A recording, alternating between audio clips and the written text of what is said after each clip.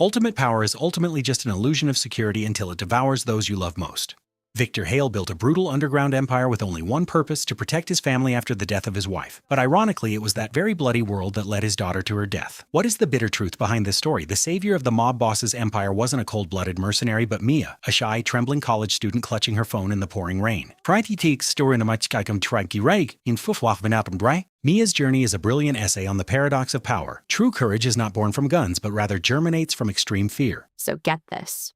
Tonight, a totally normal college girl stumbles into a crime scene right in the city, and her choice to get involved throws her into a brutal world of power and danger. We're talking a world where one wrong move gets you deleted, run by a guy who takes orders from absolutely no one. But here's the thing. Sometimes the biggest heroes are the quietest people. If you want to see how a girl who's scared of her own shadow finds the guts to flip the script, stick around. Drop your city in the comments. Let's track this insane story together.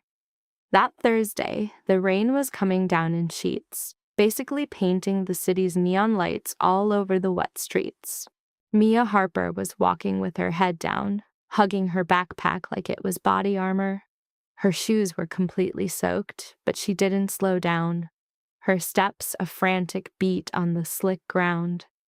She always moved like this after dark, living by 3 rules she'd made 2 years back. Don't stop, don't look at anyone, and just get home. These were the rules that kept her invisible in a city that was way too loud, too big, and full of strangers who'd notice her if she dropped her guard for a second. Only 4 more blocks, that was it. 4 blocks and she was safe. A bus stop glowed up ahead, a lonely yellow island with just one person hunched over. Mia automatically crossed to the other side of the road. Keeping her distance was her defense. Being alone was her fortress. A loud, nasty clap of thunder cracked overhead, and she picked up her pace, and that's when she heard it. Not a yell, but a choked-off gasp, a sound ripped out of someone's throat and instantly eaten by the storm. Mia's feet locked up, her brain lagging behind her body's sudden stop. She just stood there, frozen on the sidewalk while rain poured down her face, her heart starting to hammer against her ribs. Ignore it. Keep walking. This is not your problem. But her eyes were already glued to the scene. Across the street, lit up by the bank's cold lights, 2 guys in black were muscling a young woman into a dark SUV. The woman was putting up a fight, her heels scraping desperate marks on the wet concrete. A hand was clamped hard over her mouth, choking off her screams, while the second guy had her arms pinned. All the air rushed out of Mia's lungs. This wasn't happening. Stuff like this doesn't go down right in the open, but the street was a ghost town, the rain having cleared it of any witnesses. There was nobody except Mia, standing by herself in the downpour, watching something she was never supposed to see. Call someone. Do something. Her hand shot into her pocket, her shaky fingers fumbling with her phone. The screen flashed on, a sharp slice of light in the darkness as she tried to punch in 911. Just then, the woman's purse dropped, hitting the ground with a loud smack. Everything spilled out onto the shiny pavement. Lipstick, some coins, and a wallet that flipped open. In the instant before a big boot kicked it out of sight, Mia's eyes snagged on something inside. It was a black card right behind the plastic window of the ID. That wasn't a credit card. It was something totally different, reflecting the light in a weird way her mind couldn't quite figure out. Then a car door slammed shut, an engine roared to life, and the SUV screeched away from the curb, its tires screaming on the wet road. Mia was left standing there, her thumb still hovering over the call button. The street went quiet again, with only the sound of the rain and the sad little scene of the purse's contents getting soaked in a puddle. Get out of here. Pretend you didn't see a thing. This was her inner voice of reason, the one that had kept her safe by making her a ghost. Just walk away and wipe this from your memory. But her feet were already moving, pulled by some instinct she didn't even know she had. It went against every survival rule she had ever followed. But the picture of that black card, the memory of that woman's desperate struggle, the absolute wrongness of it all, it was like a hook had lodged in her chest, reeling her across the street. The purse seemed expensive, but Mia wasn't an expert. She knelt down next to it, her hands trembling, and picked up the wallet. The ID showed a young woman with a bright smile and dark hair. Isabella Hale, 23 years old, and tucked behind it was the black card. Mia's wet fingers slid it out. It was made of some kind of metal, heavier than plastic and ice cold. No bank name, no logo, just one phone number stamped in silver. The panic in her head got louder. Drop it. This is not your battle. This problem has nothing to do with you. But Isabella Hale's picture was so full of life, and Mia couldn't forget the image of her fighting, of that hand silencing her. Before her fear could take over, Mia lifted her phone and dialed the number. It rang just twice. State your location. The voice that answered was male, sharp, and totally in charge. It wasn't a question, it was a command. Mia's own voice was barely a whisper. I was here. I saw. Location. Now. She choked out the intersection. The street names getting stuck in her throat. Her entire body was shaking now. Who did she just call? What did she just do? Remain exactly where you are. Do not move. Do not talk to anyone. A unit is arriving in 3 minutes. The line clicked off. Mia just stared at her phone, her heart beating so hard she felt sick. 3 minutes. Someone was on their way. She should run, just drop the wallet and disappear before they got there. But her feet were glued to the ground. The rain kept hammering down. She was soaked through, her hair stuck to her face. She just stood there in the bank's harsh light, clutching Isabella Hale's wallet, and waited. 3 minutes turned into 2 minutes and 40 seconds. It started with the roar of powerful engines closing in from different directions, all moving with a clear purpose. Then the headlights appeared, slicing through the night from both ends of the street, so intense that other cars just pulled over. 4 black SUVs, way bigger and meaner than the one that took Isabella, swarmed her position like they were conquering it. Mia's survival instinct, which had been asleep for years, finally started screaming. She flattened herself against the bank's cold brick wall, trying to become smaller, to vanish. What had she started? The truck stopped in a flawless, synchronized pattern, completely blocking off the intersection. Doors swung open at the same time. Men piled out. They weren't just guys. They were like a squad of soldiers, moving with insane discipline, their dark suits not hiding the gear they were carrying.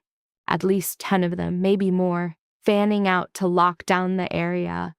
And then he stepped out of the lead truck. Mia knew instantly this was the guy in charge. It wasn't just how the others deferred to him, or the way his expensive suit shrugged off the rain. It was his whole vibe. An aura of authority so strong it felt like the very air was bending around him. He was tall, maybe in his mid-30s, with dark hair getting wet in the rain and a face that could have been handsome if it wasn't so damn hard and unforgiving. But it was his eyes that stole her breath. They were dark, sharp, and they zeroed in on her with a focus that felt like a physical blow. He crossed the distance between them with long, powerful steps, not even caring about the puddles. 2 more figures emerged from the shadows, flanking him like bodyguards. You made the call. It was a fact, not a question. His voice, the same one from the phone, was pure command, layered with the authority of a man used to getting what he wants now. Mia could only manage a nod, her voice totally gone. You witnessed it all. Another nod, her fingers still wrapped tight around the wallet. His eyes flicked down to her hands for a second, then snapped right back to her face. Tell me everything. Leave nothing out. They grabbed her. 2 guys, a dark SUV. She fought, but they... Mia's words were just tiny sounds against the storm. She hated how weak she sounded. I saw the card in her wallet. I didn't know what else I was supposed to do. The men. Describe them. I couldn't make out their faces. They had on dark clothes. One of them was taller. I think one had a tattoo on his hand. I'm not sure. It was really dark. And the SUV, the type? I'm not good with cars. It was black. It looked new and it was big. What about the license plate? She squeezed her eyes shut, desperately trying to pull memory out of her panic. It started with 7K. I think. I didn't catch the rest. He just stood there for a second, his eyes analyzing her, taking her apart. Then he turned to one of his men. Get all traffic camera footage, 10-block radius, find a black SUV, partial plate 7K. Run that against every facial recognition camera on this block. The man nodded and started talking into a hidden mic. The boss turned his focus back to Mia. What is your name? Mia Harper. Mia Harper. He said her name like he was filing it away in his brain. My name is Victor Hale. The woman they took is my daughter. And right then the whole world just tilted sideways. Mia's grip on the wallet tightened. Your daughter? Yes. An emotion crossed his eyes so quick she nearly missed it. It was a flash of pure agony, or maybe a rage so tightly controlled it was suffocating. You did the right thing by calling. That card is for emergencies only. That number was a ghost. Practically nobody knew it existed. She fought back, Mia choked out. She didn't want to go. A nerve pulsed in Victor's jaw. Not a chance. He held out his hand. The wallet. Mia dropped it onto his palm, their skin brushing for a split second. His hand was warm against the storm, rock steady while hers trembled. He flipped it open, his face a stone mask as he stared at his daughter's ID. He snapped it shut, tucking it inside his coat. How long? 5 minutes, maybe 6. I called the second they peeled out. Which way? Mia jerked her head east. Over there, moving fast. Victor pulled his phone, already dialing. 6 minutes. Eastbound from the 2nd Street branch. 2 guys, black SUV, partial plate 7K something. The witness saw a tattoo on one man's hand. He went silent, listening to the other end. No, she's with me now. Yes. Get it done. He ended the call, his eyes locking back onto Mia. The rain was coming down harder, a detail he either ignored or didn't care about. You're a target now. The words hit her like a punch. What? If they had eyes on the scene, and they probably did, they saw you use your phone. They saw you grab the wallet. You're a witness. A loose end. His voice was cold, a simple calculation. You need protection until this is done. I can't. I have to go home. I have a class. I didn't mean to get involved. Mia? He said her name with the same raw authority he used on his men, and it froze her in place. Listen to me. The people who took my daughter are not street-level thugs. They are professionals. If they think you can identify them, they will erase you. Possibly tonight? Do you understand what I'm telling you? She did, and the reality of it almost made her collapse. I will keep you safe, Victor declared. But to do that, you have to come with me right now without a fight. I don't even know you, Mia whispered. Yes, you do. His gaze burned into hers. You know exactly what I am. You knew the second you saw that card. That's why you're terrified, but you made the call anyway. That took guts. I'm not brave. I'm the total opposite. I have to mentally rehearse my coffee order before getting in line. Her voice broke. I just saw her fighting for her life and knew someone had to help. For a fraction of a second, the iron mask on Victor's face cracked. Then you are far braver than you realize. He gestured to one of the blacked-out cars. Let's go. To where? Somewhere secure, where we can talk and you can tell me every single thing you saw. Every passing second is a lifetime, Mia. My daughter's life is hanging on the details you have locked away. The sheer weight of his statement was suffocating. She thought about running, about just going home and pretending the whole night was a bad dream. But Isabella Hale's fighting smile flashed in her mind, and she found herself nodding. All right. Victor's hand landed on her elbow, not to force her, but to guide her to the nearest SUV. An associate yanked the rear door open. The inside was a different world of leather and warmth, miles away from the soaked street she was abandoning. Victor slid in next to her. The door sealed them inside, turning the storm into a dull roar. A driver took the wheel, and the SUV merged seamlessly into traffic. Mia sat ramrod straight, her wet clothes seeping into the luxury seat, her hands clenched white-knuckled in her lap. The other SUVs formed a protective bubble around them. A motorcade that moved like traffic laws were merely suggestions. Where are we going? She asked again, her voice smaller. To my home. It's a fortress. You will be untouchable there. What about my place? My roommate is going to lose her mind if I don't. What's her number? Mia recited it automatically, still numb with shock. Victor made another call, his tone shifting, still all business, but less lethal. This is Victor Hale. I need a message passed to... He glanced at Mia. Sarah Chen, she supplied. Sarah Chen. Let her know Mia Harper is safe and assisting me with an urgent family matter. She will be gone for the night, but will make contact tomorrow. Yes, thank you.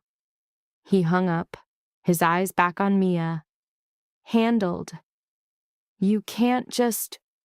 Who was that? How are you so sure they'll even tell her? I'm sure because when I need something handled, it gets handled. He didn't say it with ego. Just as a plain statement of fact. Your roommate will get the message within 10 minutes. Mia could only stare. Who are you? I told you, Victor Hale. That's not what I'm asking. For the first time, something like humor flickered in his eyes. No, it isn't. He leaned back into the seat, his focus pinned on her. I'm a businessman, Mia. I handle properties, investments, and other ventures in this city and beyond. I employ many people. I have certain capabilities. Businesses don't have private armies and panic cards. Mine does. A thick silence fell between them. Outside, the city blurred by, familiar streets now feeling like a foreign country with Victor Hale and his raw power just inches away. What kind of business? She asked, almost afraid of the answer. The kind that creates enemies. He turned his gaze to the window. The kind that requires security measures that most would call extreme. The kind that makes my daughter a target. simply for being mine. Is that it? Someone is using her to get to you? Without a doubt. His voice turned to steel again. Isabella knows the protocols. She knows the risks. The fact that they got to her means this was perfectly planned. It means they're not messing around, and it means they are lethal. Mia tried to wrap her head around it. What do they want? Money, power, revenge. Does it matter? His eyes snapped back to hers. The only thing that matters is her safe return. And you're going to help me make that happen. I don't see how. I only saw. You saw more than you think. The mind records details you're not even aware of. With the right questions, we can unlock memories you didn't know you had. He took out his phone, and his thumbs started moving. I have people who are experts in memory recovery for witnesses. They'll assist you. I'm not a witness. I was just walking home. And now you are the only person who saw my daughter get taken. That makes you the single most valuable asset in my entire world, Mia Harper. The way his voice wrapped around her name sent a chill through her, not from fear, but from an insane intensity that showed her just how deep she'd fallen. The convoy veered onto a private road, the city's lights disappearing behind them. A thick roof of trees above blocked out what little light broke through the storm. After 5 more minutes, massive iron gates appeared out of the darkness, swinging open as they approached. Beyond them was a house. No, that's not right. It was a compound. Even in the dark and the pouring rain, Mia could see the place was enormous. It was a mix of modern and classic, all sharp angles of glass and stone. Light blazed from dozens of windows. The convoy swept into a circular drive, stopping before a grand entrance. Victor's door was opened before they even came to a complete stop. He got out, then turned and offered Mia his hand. She took it, not sure her own legs would support her. The rain had become a fine mist. Men were already fanning out, speaking into their comms, locking down the perimeter. It happened like a well-rehearsed military drill. Victor led her up the steps and through massive doors held open by staff who seemed to appear from the shadows. The foyer was 3 stories high with a giant staircase that looked like it belonged in a movie. Polished marble floors reflected the light from chandeliers that probably cost more than her degree. She just stood there, dripping on the immaculate floor, feeling completely and totally out of place. Mr. Hale, an older, perfectly dressed woman, approached holding a tablet. The team is assembled in the operations center.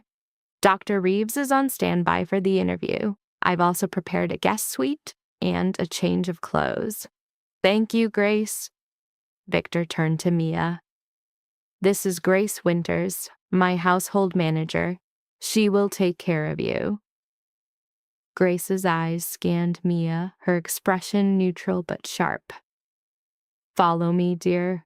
Let's get you out of those wet clothes before you get sick. I'll need her in 20 minutes, Victor said. Clean, dry, and with some food in her. Understood. Grace's hand on Mia's shoulder was gentle but firm. This way. Mia let herself be led, seeing no other choice. They went up the magnificent staircase and down a hallway lined with what had to be priceless art. Grace opened a door to a suite that was bigger than Mia's entire apartment. The bathroom is through there, Grace motioned. I've laid out clothes that should be your size. We keep a variety for unexpected guests. Take a warm shower. A robe is waiting. I'll have a meal sent up. I don't know what's happening, Mia said, her voice barely a whisper. Grace's professional mask softened. I'm sure you don't. But Mr. Hale is a man of his word, despite his other business. If he says you are safe in this house, then you are safe. Now go and get warm. She left, the door clicking shut behind her. Mia stood frozen in the middle of the massive room, wet and shivering as the reality of the last 30 minutes finally crashed down on her. She saw a life being stolen, dialed a number she shouldn't have known, and was scooped up by a private army. Now she was standing in a fantasy mansion, being told she was the key to saving a woman she didn't even know. That morning, her biggest worry was a presentation for psychology class. Now she was caught in a world of armed men, emergency protocols, and the desperate hunt for a memory. The terror was real. It was a knot in her gut. But underneath it, something else was flowing. The same instinct that made her run for that wallet. Isabella Hale was a fighter. Despite being terrified, Mia actually put up a fight. This girl was no brawler. She could barely order a latte without stuttering. But this was a new kind of war, one fought inside her head. In a bathroom bigger than her bedroom, she cranked up a hot shower, steam everywhere. She needed to get a grip, pushing down the sheer terror that was bubbling up inside her. 20 minutes. That was Grace's deadline. After that, she had to face Victor Hale and spill every single detail of the horror show she saw. She closed her eyes, and it all came rushing back. The rain, the scream, 2 goons shoving Isabella into an SUV. One dude grabbed Isabella's arms, the other covered her mouth, a brutal, rehearsed move. And the driver? A total ghost. Then there was the tattoo she mentioned. Was it even real or just a trick of the light? But a flash of the shorter guy's hand stuck in her brain. A critical detail snagged in the chaos. She had to remember it. Isabella's life could depend on it. Mia killed the water and dried off with a ridiculously soft towel. Grace left her some crazy expensive clothes, perfect jeans, a cashmere top, the works. Her reflection showed a pale, scared girl in way over her head. But she was the one who made the call, and that had to count for something. A knock at the door made her jump. It was Grace with a tray. "Soup," she said. "Eat up. Mr. Hale is ready for you." The broth was good, and her stomach rumbled even through the anxiety. She ate and followed Grace, not through the main hall, but a maze of corridors to a heavy wooden door. "The op center," Grace said. "Just tell them the truth exactly as you saw it. No more, no less." Grace knocked and opened the door, revealing a scene from a spy movie. A wall of monitors showed live feeds of the entire city. In the middle of the room, a huge table was covered in maps and tech. A dozen operators, some in suits, some in combat gear, moved with purpose. And at the head of it all was Victor, sleeves rolled up, who locked eyes on Mia the second she walked in. "Mia, get over here." Her legs felt like jelly as she walked toward him, the whole room staring. Victor pointed to a chair. "This is Dr. Reeves," he said, nodding to a woman with kind eyes. "She's going to help you with the memory." The doctor gave her a small smile. "Hey, Mia, we'll take this slow. Just some questions to help you remember. Nothing scary. Is that cool?" Mia just nodded. "All right, let's begin." For the next hour, the doctor walked her through the memory again and again. The smell of rain on pavement, the sounds of the abduction, the freezing cold air. Slowly, the blurry picture started to sharpen. The tall guy had a thin scar on his neck. The short dude had 3 rings on one hand, and the tattoo on his other hand was 100% real. She couldn't draw it, but she remembered the shape. A sketch artist was there, bringing it to life based on her description. The faces were still shadows, but the sheer violence of their actions was crystal clear. Then the SUV. With the doctor's help, she pulled out more of the license plate, 7KB something, and a little dent on the back bumper. Victor watched the whole thing from a distance, completely unreadable. When they were done, he stepped up. "You did good," he told her. "Is it enough to find her?" Mia asked. "It's a hell of a lot more than we had an hour ago," he said, turning to a tech guy. "Run these descriptions, match that tattoo to every gang in our database, and get me footage of every black SUV with that partial plate." A guy at a computer nodded. "On it, sir." Victor looked back at Mia. "You need to get some rest." "I don't think I can sleep." "You have to. Grace will take you to your room." But Mia didn't move. "What happens now?" "We chase down the leads you just gave us. We apply pressure, and we wait for their demands," he said, his jaw tight. "Then we give them our answer." "What kind of answer?" "Whatever it takes." The ice in his voice was a full stop. "You did your part, now let me do mine." A deep exhaustion was finally hitting her like a truck. "Okay," she whispered. Grace appeared at her side, guiding her back through the maze of hallways. Back in the room, the bed was ready, with pajamas laid out. "Sleep now, dear," Grace said gently. "Morning comes fast." And just like that, Mia was alone. Alone in a palace, in borrowed clothes, her mind replaying the kidnapping and thinking about Victor Hale, a man who commanded a private army. She had to call her parents. She had to text her friend Sarah an excuse. 1,000 normal things from a life that was now officially over. The night had blown it all to pieces. She got into the ridiculously comfortable bed. But sleep wasn't happening. She just laid there in the dark, thinking of Isabella, of Victor's controlled fury, and her own decision to not just walk away. A woman was out there, captured. And somehow, Mia Harper, the girl who was too shy to talk in class, was now a key player in this whole mess. She closed her eyes, trying to calm her racing heart. Tomorrow, she told herself, tomorrow she'd figure it out. But tomorrow came way too early, with the sound of urgent voices and boots pounding down the hall. Mia sat bolt upright, heart hammering. The clock said 3:47 a.m. She'd been out for maybe 2 hours. The sound of boots rushed past her door, heading for the command center. She heard Victor's voice, sharp and in charge, but couldn't make out the words. Something was going down. The smart move was to stay put and let the pros handle it.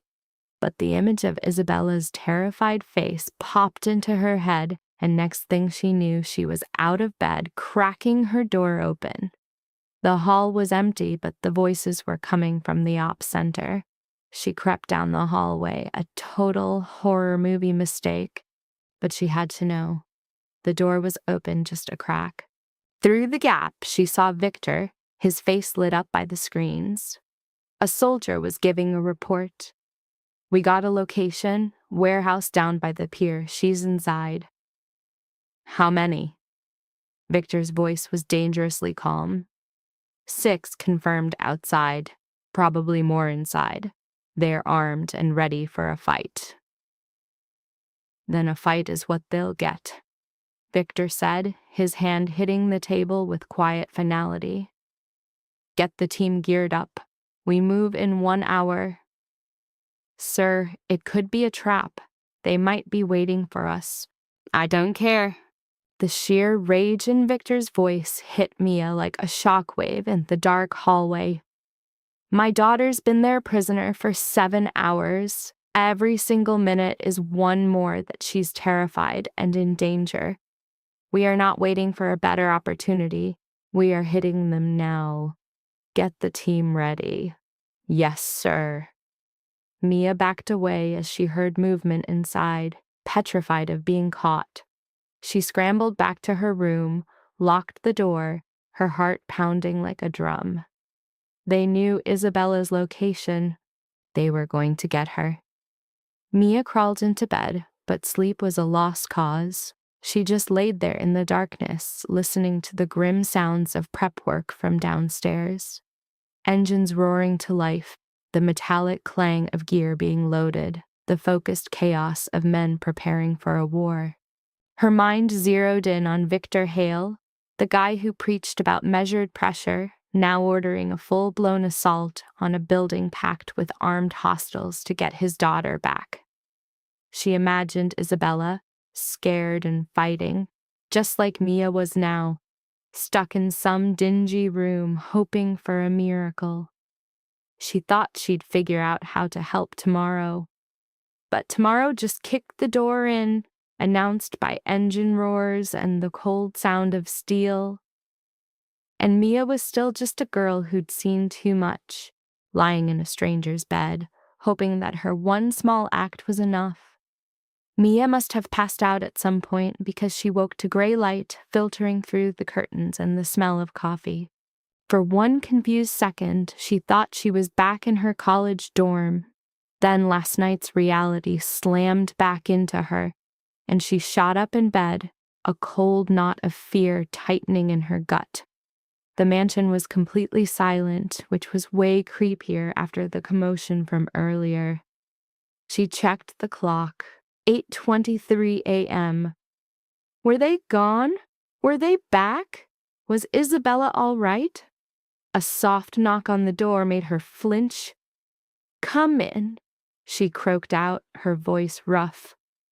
Grace entered holding a tray. "Good morning. I figured you'd be hungry." "Did they?" Mia started, but Grace was already giving a slight shake of her head. "They left at 5. We haven't gotten a single update since." She set the tray down.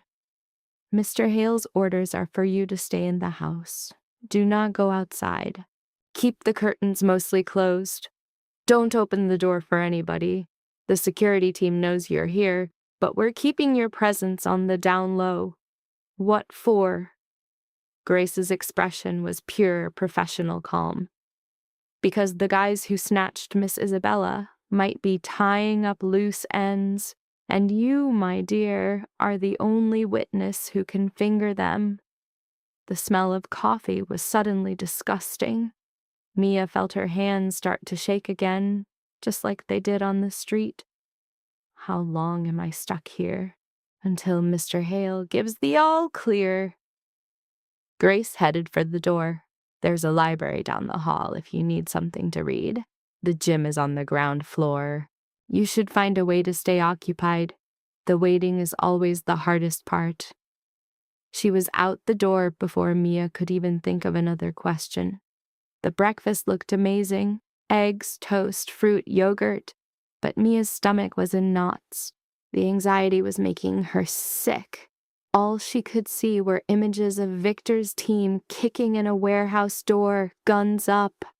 What if it all went wrong? What if Isabella got caught in the crossfire? What if her kidnappers decided she wasn't worth the trouble anymore? Mia forced down some toast and coffee before changing into yet another outfit that had just appeared in her closet. The fact that everything fit her perfectly wasn't comforting.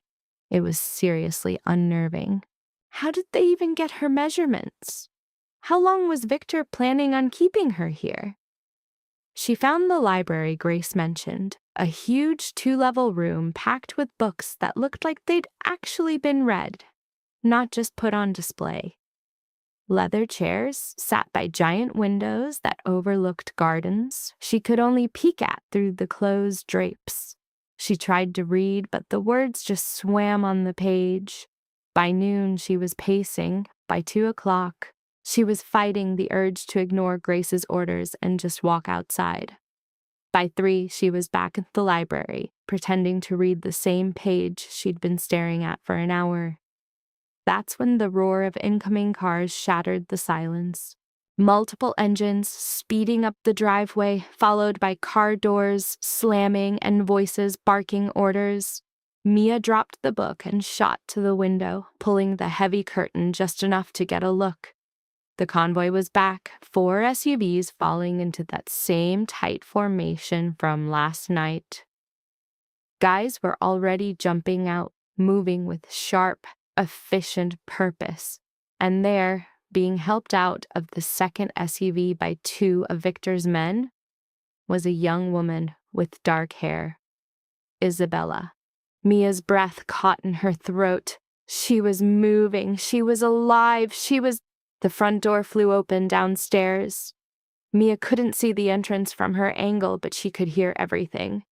Rushed footsteps, sharp commands being snapped out, and then Victor's voice, laced with an intensity she'd never heard from him. "I need Dr. Chen up here now. And get Grace.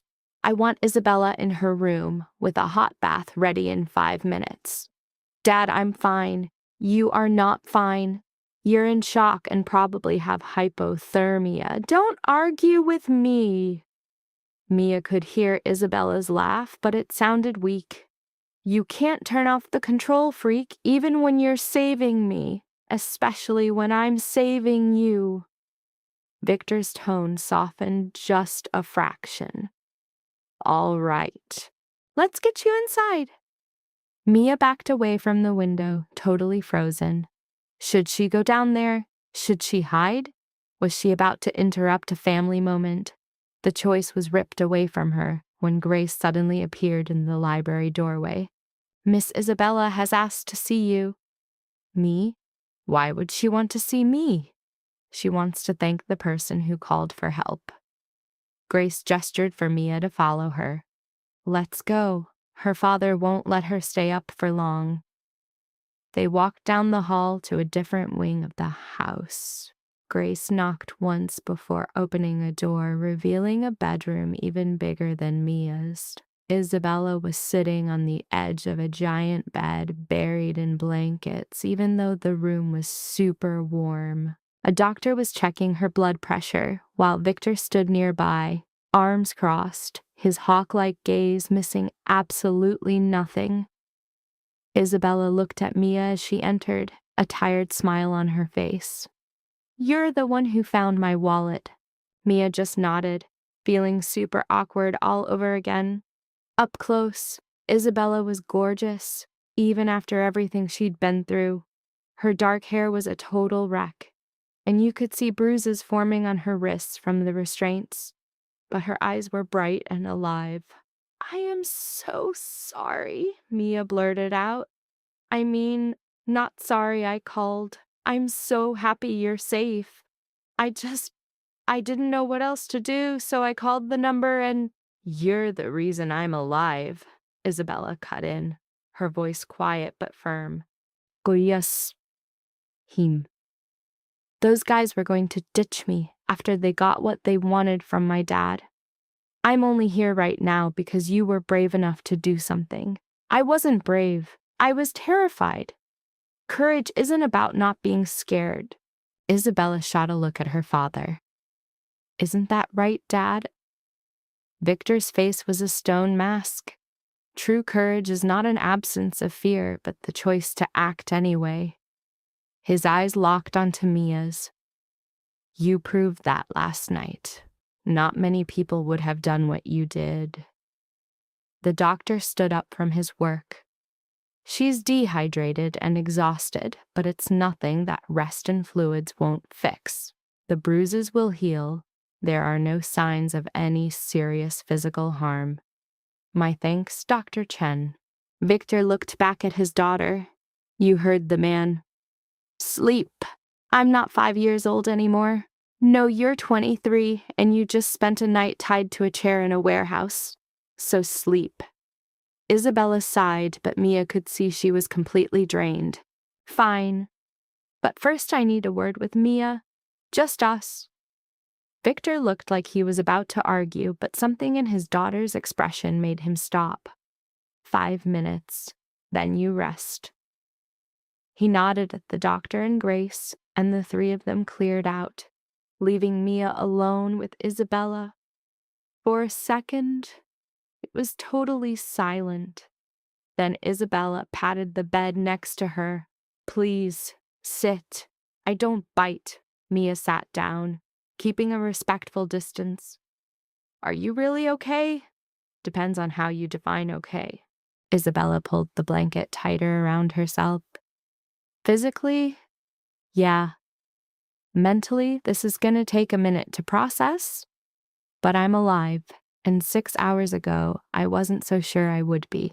What happened? I mean, you don't have to talk about it if you don't want to. It's okay. I was leaving a charity thing downtown. My security detail got delayed. A traffic jam, they claimed. My dad's guys think it was a setup. While I was waiting by the bank, a van pulled up. 2 guys jumped out and they grabbed me before I could even get a real scream out. They were pros, fast, silent. They knew exactly what they were doing. She stopped, her fingers twisting the blanket. They kept me in that warehouse, interrogating me about my father's business, his associates, his properties, all the details about his security. I offered them nothing of value. Did they harm you? Mia's voice was a whisper. They made me afraid. That was more than enough. Isabella's tone turned to steel, but they miscalculated. They didn't count on my father, assuming they had more time before he located them. His team descended on that warehouse like a force of nature. It was finished in perhaps 3 minutes. The men who grabbed me never even raised their weapons before they were put down. Mia recalled Victor's chilling rage in the command center. He was truly terrified for you. I'm aware. He conceals it, but I always know. Isabella studied her. He brought you into his sanctuary. It's a gesture he never makes without cause. He told me I was a target, that my captors might pursue me. He's not wrong. People like that never leave witnesses. She extended a hand, her fingers brushing Mia's. Thank you, sincerely. You had every reason to walk away. Anyone else would have. I just remembered how you fought back. Terrified, but you never surrendered. No, I didn't. Isabella's smile was tinged with sorrow. A lesson from my father. Never surrender to fear, especially when it's all you feel. A rap at the door broke the moment. Victor re-entered, his gaze signaling the 5 minutes had expired. Isabella, you need to sleep. So demanding, Isabella murmured, already sinking into the pillows, her eyelids heavy. The surge of adrenaline that held her together was finally deserting her. Victor nodded for Mia to join him outside. He shut the door softly in the hall. She'll recover, he stated, less to Mia than to himself. She's resilient, far more than she should ever have to be. She mentioned your people extracted her in 3 minutes. 2 minutes and 40 seconds, to be precise. It would have been quicker, but they'd wired the main door with a trip we had to circumvent. He began to walk, Mia instinctively falling into stride with him. The individuals who seized her are now secured. My people are beginning their debriefing. A darkness in his voice sent a chill down Mia's spine. Their debriefing? Victor halted, his eyes locking onto hers, by any means required to obtain the truth. This was not a random abduction, Mia. It was orchestrated by someone familiar with my security measures, my daughter's movements, my entire operation. The men at that warehouse were simply pawns. I have to find out who was moving them. And after that, then I resolved the problem. His tone was absolute, without emotion. This is the world I inhabit, Mia. You do not endanger my blood and escape consequence. You especially do not target my daughter. Mia wanted to know what resolve entailed, but she feared the answer. She asked instead, Am I free to leave now? Isabella's secure. I've done what I can. I need to return to my own life. Not quite. For what reason? because the one who gave the order is unaware that we have Isabella. They don't know the operation was a failure, which means their strategy is still in play.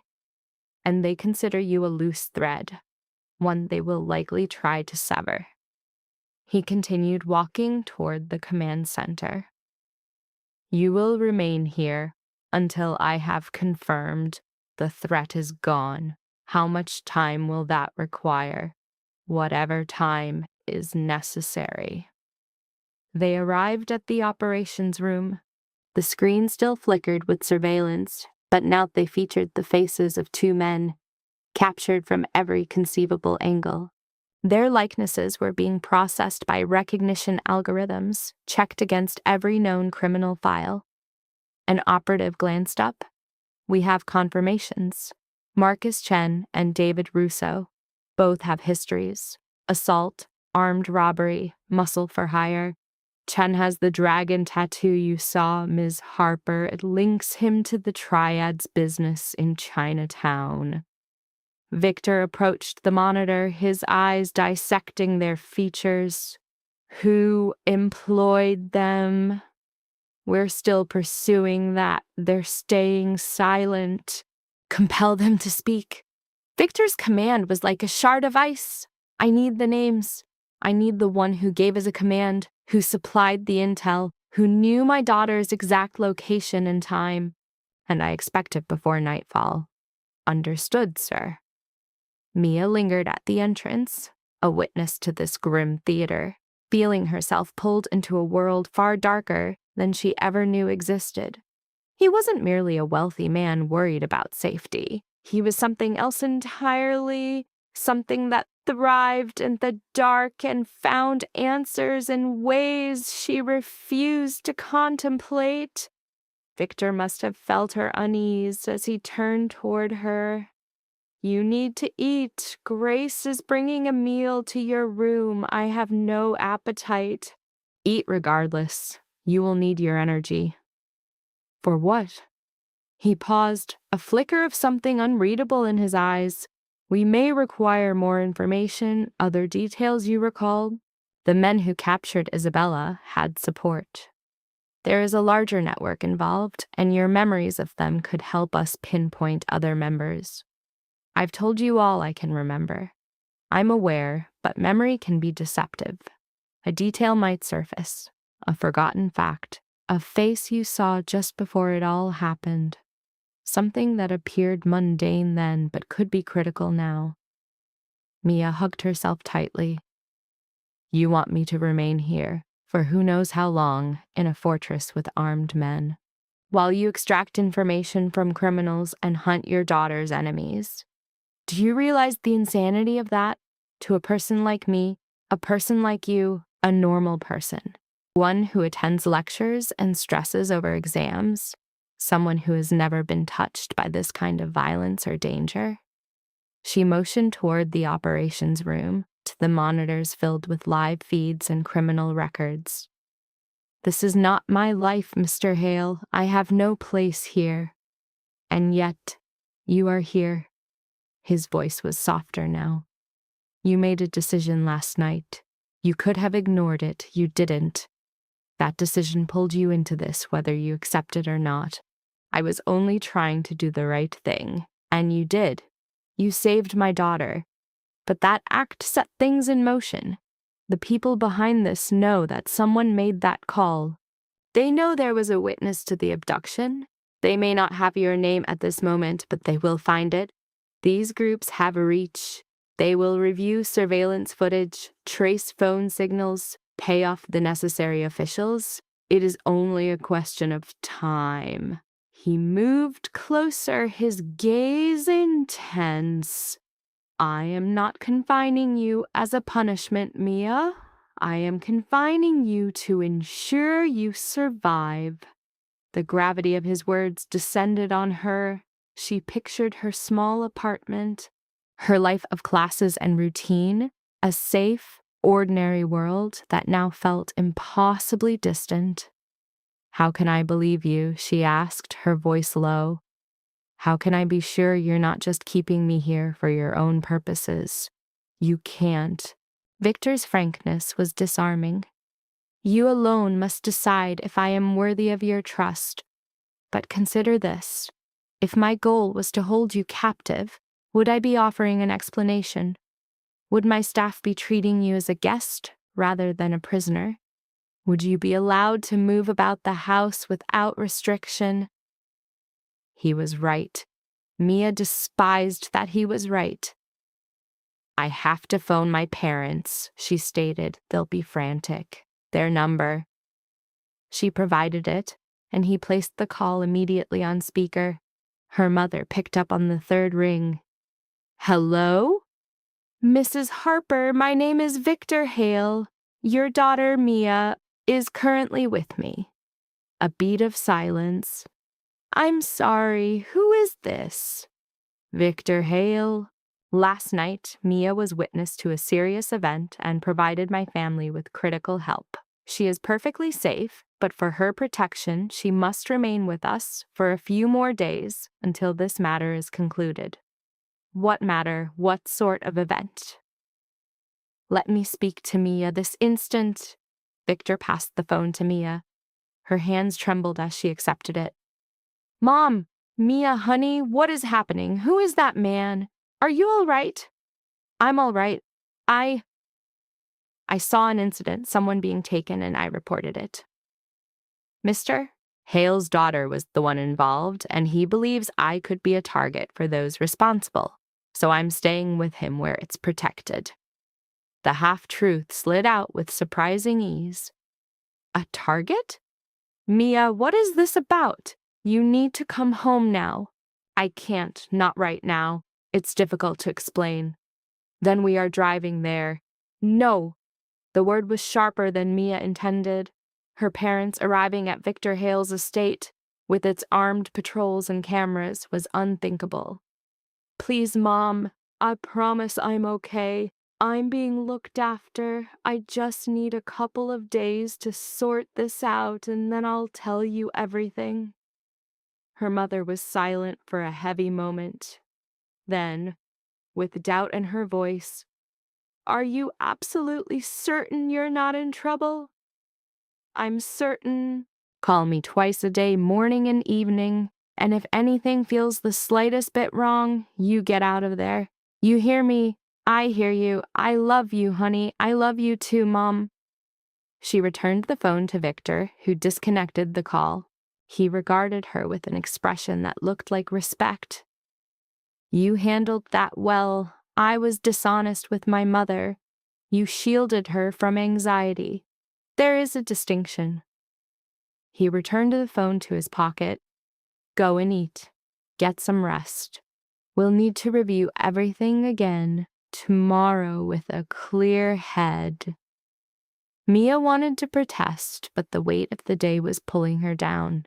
She simply nodded and left the command center, walking back to the guest suite that was beginning to feel less like a haven and more like a cage of gold. Grace had left lunch as promised, a simple sandwich and salad. Mia ate without tasting, her mind a blur.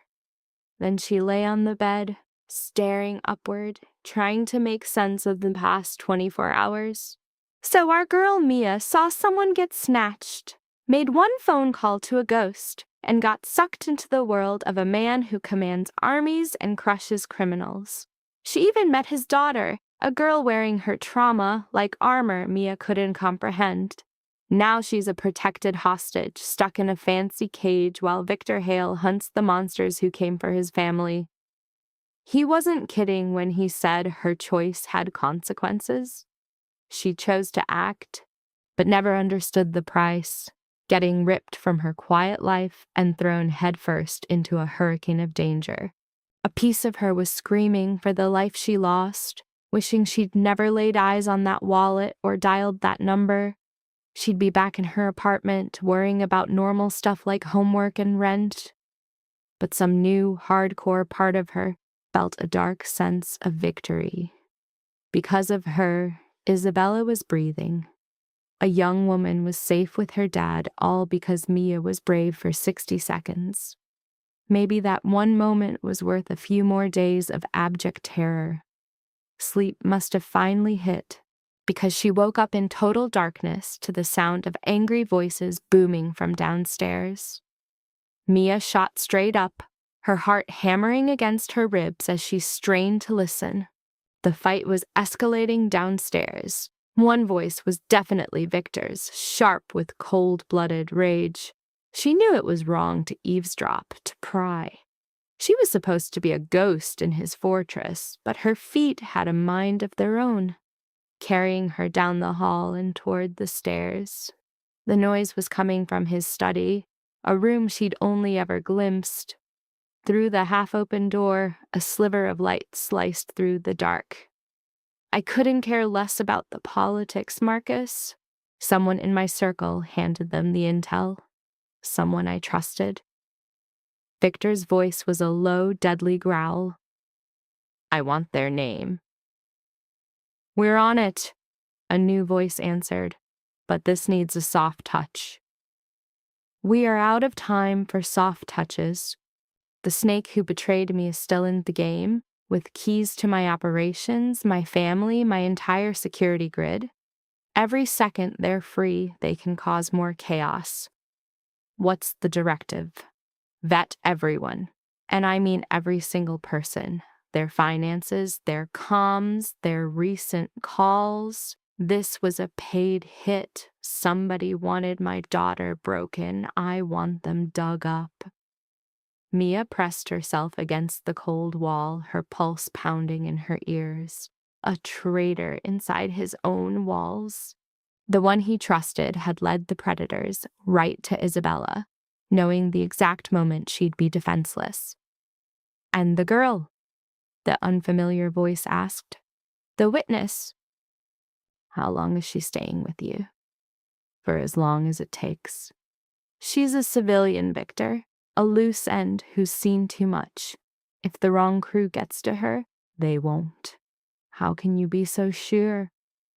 Because I will not allow it. A heavy silence filled the air. Mia Harper is under my protection. Anyone that even thinks about making a move on her will answer directly to me. Make sure that message is crystal clear to anyone who might be listening. Mia's breath caught in her throat. He was shielding her for real, not just from the kidnappers, but from his own people who saw her as a problem. You're getting attached, the other man pointed out quietly. A dangerous habit. I am responsible, not attached. There's a universe of difference. Victor's voice turned to solid ice. Now find me my traitor before I start to think it's you. Yes, sir. Footsteps were heading for the study door. Mia bolted, a silent shadow, ducking back into her room just as the door swung wide open. She collapsed against the wood, fighting for breath, her mind a total wreck. A Judas in Victor's inner circle, someone close enough to know Isabella's schedule who sold out a young woman's life for money or revenge or some other twisted reason. And Victor was hunting this ghost while trying to stop Mia from becoming one herself. She got back in bed but found no peace, just lying in the dark, hearing the house breathe, wondering how far down this abyss went. Morning came way too fast. Grace showed up at 7 with a tray and an order. Mr. Hale wants to see you in the operations room. Mia forced down some food, got dressed, and went down into the machine's core. The room was a beehive, swarming with more than 15 people glued to their stations. Victor stood at the main table, his eyes locked on a tablet. He glanced up when she came in. Mia, good, over here. She cautiously walked toward him. On the screen was a man in his 50s, sharply dressed and looking important. Do you know him? Victor's voice was completely flat. Mia studied the face. No, should I? He was at the bank that night when they took Isabella. Our security cameras have him near the entrance about 10 minutes before everything went sideways. He disappeared just before the attack started. I still don't recognize him. His name is Richard Chen, a business partner of mine. At least he was. Victor's jaw tightened. My people uncovered a financial trail. He's been leaking my intelligence to a rival for the past 6 months. He knew Isabella's plans for the charity event. He knew about the security lapse. He orchestrated the whole damn nightmare. A deep chill settled in Mia's soul. Your own partner sold you out? Desperation turns men into monsters. Richard had gambling debts. The people he owed him gave him an exit strategy. Victor set the tablet down. We brought him in this morning. He's being convinced to talk. What are you going to do to him? That will depend on how cooperative he is. Victor's expression was unreadable, but his confession flips the board on your situation. Richard has confirmed my witness. He told his bosses, which means they know all about you. They will come for you, Mia. Maybe not today, maybe not tomorrow, but they're coming. The walls of the room felt like they were closing in. So I just have to stay here? No, we finished this. He turned to face her, his complete focus feeling like a physical weight. I'm dismantling the entire organization that came after my daughter, the ones Richard was reporting to. Once they are dust, you are free. How long will that take? I can't say. Days? Weeks? He paused. I know this is not the life you signed up for, but you're in it. The only thing left to figure out is if you trust me to get you through it. Mia stared at the man in front of her, a raw force of nature who inspired both intense loyalty and bone-deep fear, who had mobilized an army for his daughter and was now clinically purging the disloyal. Everything about him was a red flag. Every nerve screamed at her to run, but she'd trusted her instincts once before, and Isabella was alive because of it. I trust you, she whispered. Something in Victor's eyes shifted. Then stay close. Follow my team's instructions. And if anything, absolutely anything feels wrong, you come find me. Is that understood? Understood. He gave a curt nod, already pivoting back to his war council. Marcus, I want 24/7 surveillance on every single one of Richard's contacts from the last month. James, pull his corporate financials.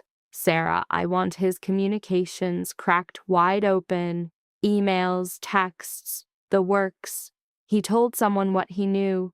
Find them before they can vanish. The room moved with a cold, synchronized efficiency. Mia stood there, frozen, watching this engine of revenge work with brutal precision. She finally got it. She wasn't just a witness anymore. She was now a piece on Victor Hale's board.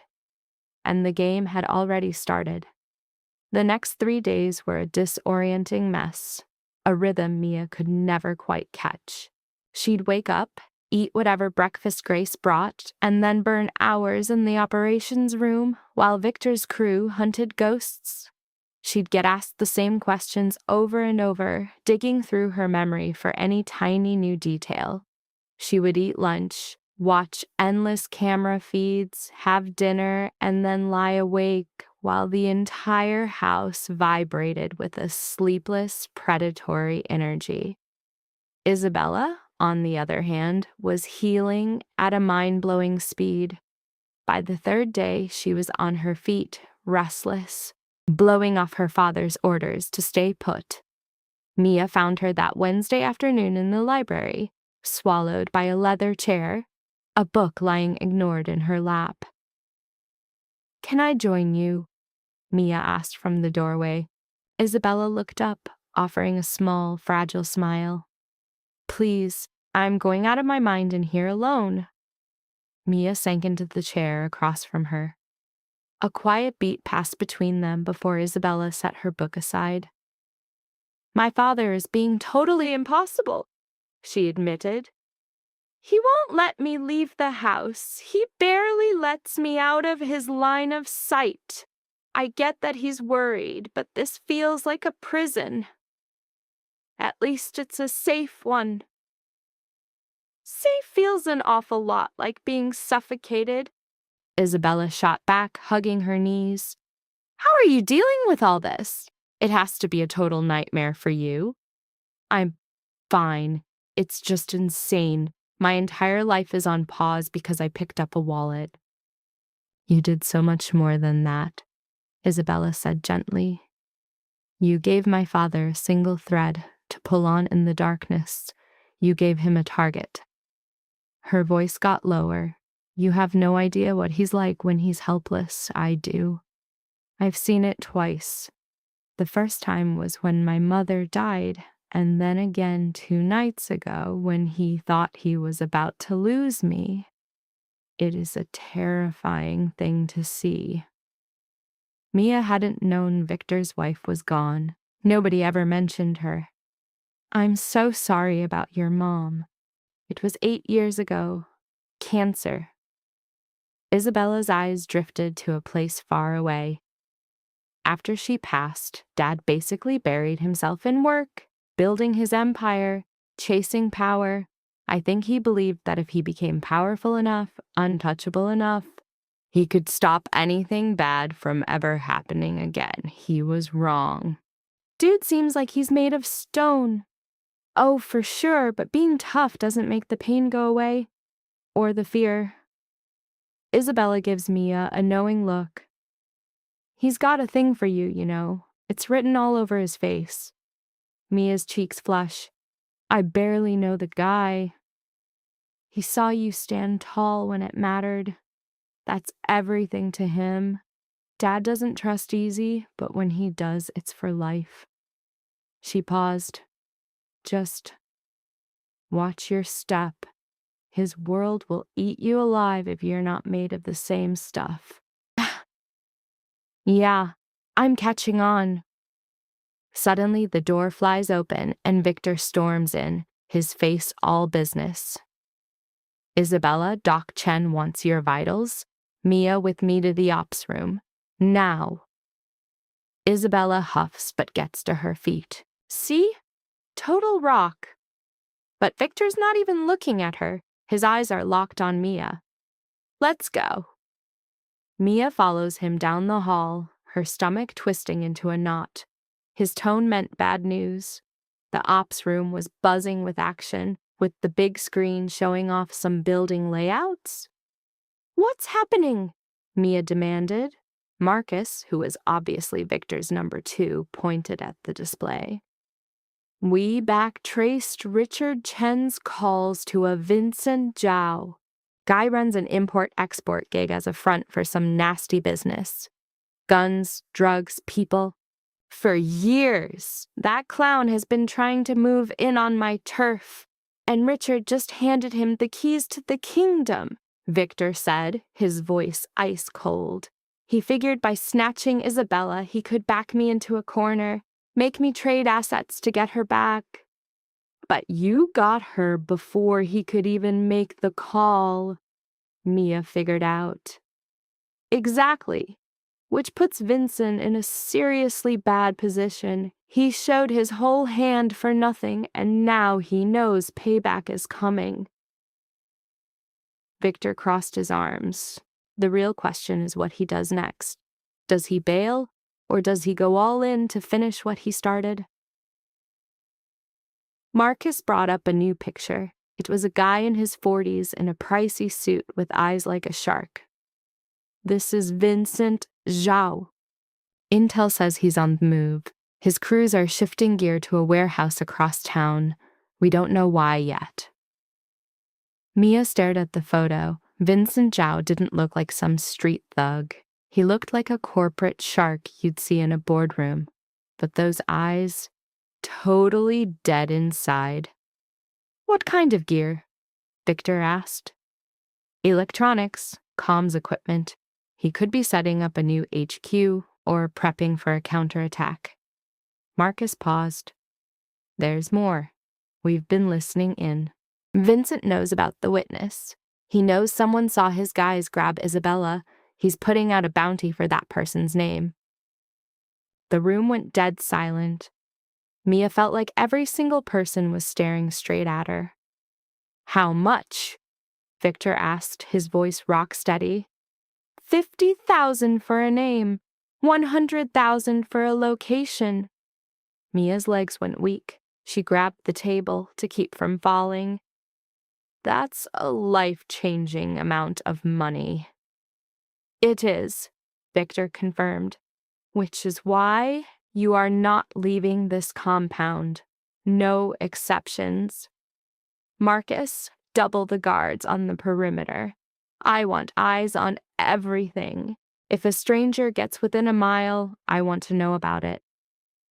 Done, sir. Victor turned to Mia. You're safe here, I swear it. But you need to understand who we're up against. Vincent Zhao doesn't take no for an answer. He will tie up every loose end, and you're a loose end. So what's our move? Mia asked, hating how her voice trembled. We end this before he gets another turn. Victor's jaw was tight. We're hitting him tonight? The room exploded with protests. Marcus jumped in. Sir, he'll be waiting for that. He'll have his defenses maxed out. It's gotta be a trap. Doesn't matter. Victor, be smart about this. I have been. Victor's voice cut through the arguments like a razor. Like every second Vincent Zhao walks free, he's planning his next hit, and Mia is his #1 target. We go tonight, full-blown assault. We breach his facility, take him alive if we're lucky, and we put a stop to this. And what if it is a trap? The question slipped out of Mia's mouth. Victor's eyes found hers, his brutal expression softening just a fraction. Then we walk right in and deal with whatever's waiting. Letting him make the first move is not an option anymore. Marcus sighed and gave a sharp nod. I'll get the team prepped. Same loadout as the warehouse job. Bigger. Vincent's crew are pros, not the hired muscle that took Isabella. I want full tack gear, body armor, the works. And get me snipers on the roofs next door before we go in. As the team scrambled, checking weapons and gear, Mia just stood there, frozen. This was actually happening. Victor was about to launch a full-scale assault on a rival's fortress, all because of her, because of what she witnessed. I want in. Everything stopped. Every single person turned to look at her. Victor's face was a blank slate. In on what? He asked, his voice carefully controlled. I don't know. Anything. There has to be something I can do. I can't just sit here while you all go risk your lives for me. You're a civilian, Mia. This isn't your fight. I know, but... She struggled for the words. You said memories have layers, right? What if I go? What if seeing his warehouse jogs something, a tiny detail about the kidnappers that could help? Absolutely not, Victor snapped, his tone leaving no room for argument. But why not?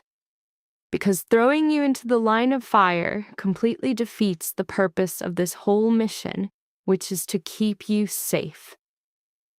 I'm already in the line of fire, Mia shot back, a new fire in her voice surprising even herself. You said it. Vincent's looking for me. There's a bounty on my head, and hiding here just makes me a sitting duck. She has a point, Isabella said from the doorway. Everyone's head whipped around. She walked into the room, a little stiff but with total conviction in her eyes. If Vincent's people find this place, Mia's trapped. If she's with you, with your whole team, she's got the best security money can buy. This is not your concern, Isabella. Wrong. Isabella crossed her arms, looking exactly like her father at that moment. I was the one they kidnapped, remember? I think that earns me a say in how we handle them. Victor looked torn between being furious and being impressed. You need to be resting. I've rested, and I'm not made of glass. She looked straight at Mia. Are you sure you want this? To go with them? Mia's heart was pounding a hole in her chest, but she nodded firmly. I'm sick of hiding. I have to be a part of this. Then she should go, Isabella announced. Dad let her. This isn't a democracy. No, Victor admitted, his voice a low rumble. It's my op and my call. Isabella didn't back down. But you're the one who always said the bravest choice is usually the scariest one. Mia's choosing to be brave. Don't stop her. The room was silent for a long time. Victor stared at Mia, really sizing her up, and she forced herself to meet his gaze, even though her instincts were screaming at her to look away. He finally spoke. You come, you follow every single order, instantly. No questions. I say jump, you jump. I say hide, you vanish. If I tell you to stay in the car no matter what happens, you stay there. Got it? It was. You'll wear armor. You won't leave Marcus's side. And if things go sideways, and they probably will, you do exactly what he tells you to do to make it out alive. Mia just nodded, her throat too tight to speak. Victor looked at Marcus. Get her suited up. Give her the tactical crash course. We're wheels up in 90 minutes. As Marcus steered her towards the armory, Mia's eyes met Isabella's. They shared a quick, supportive nod. Then the moment was over, and Mia was being strapped into a ballistic vest that felt like it weighed a ton. This is insane, she mumbled as Marcus pulled the straps tight. 100%, he agreed. But Victor was right about one thing. You've got guts. Most people would be halfway to another country by now. I still might panic and bolt. Marcus cracked a grim smile. If you do, run towards us, not away. We're the guys who are gonna get you out of this. The next hour was a whirlwind of hardcore prep. Mia watched Victor's crew check their equipment, go over blueprints, and lock in their sniper positions. She'd never seen anything like it.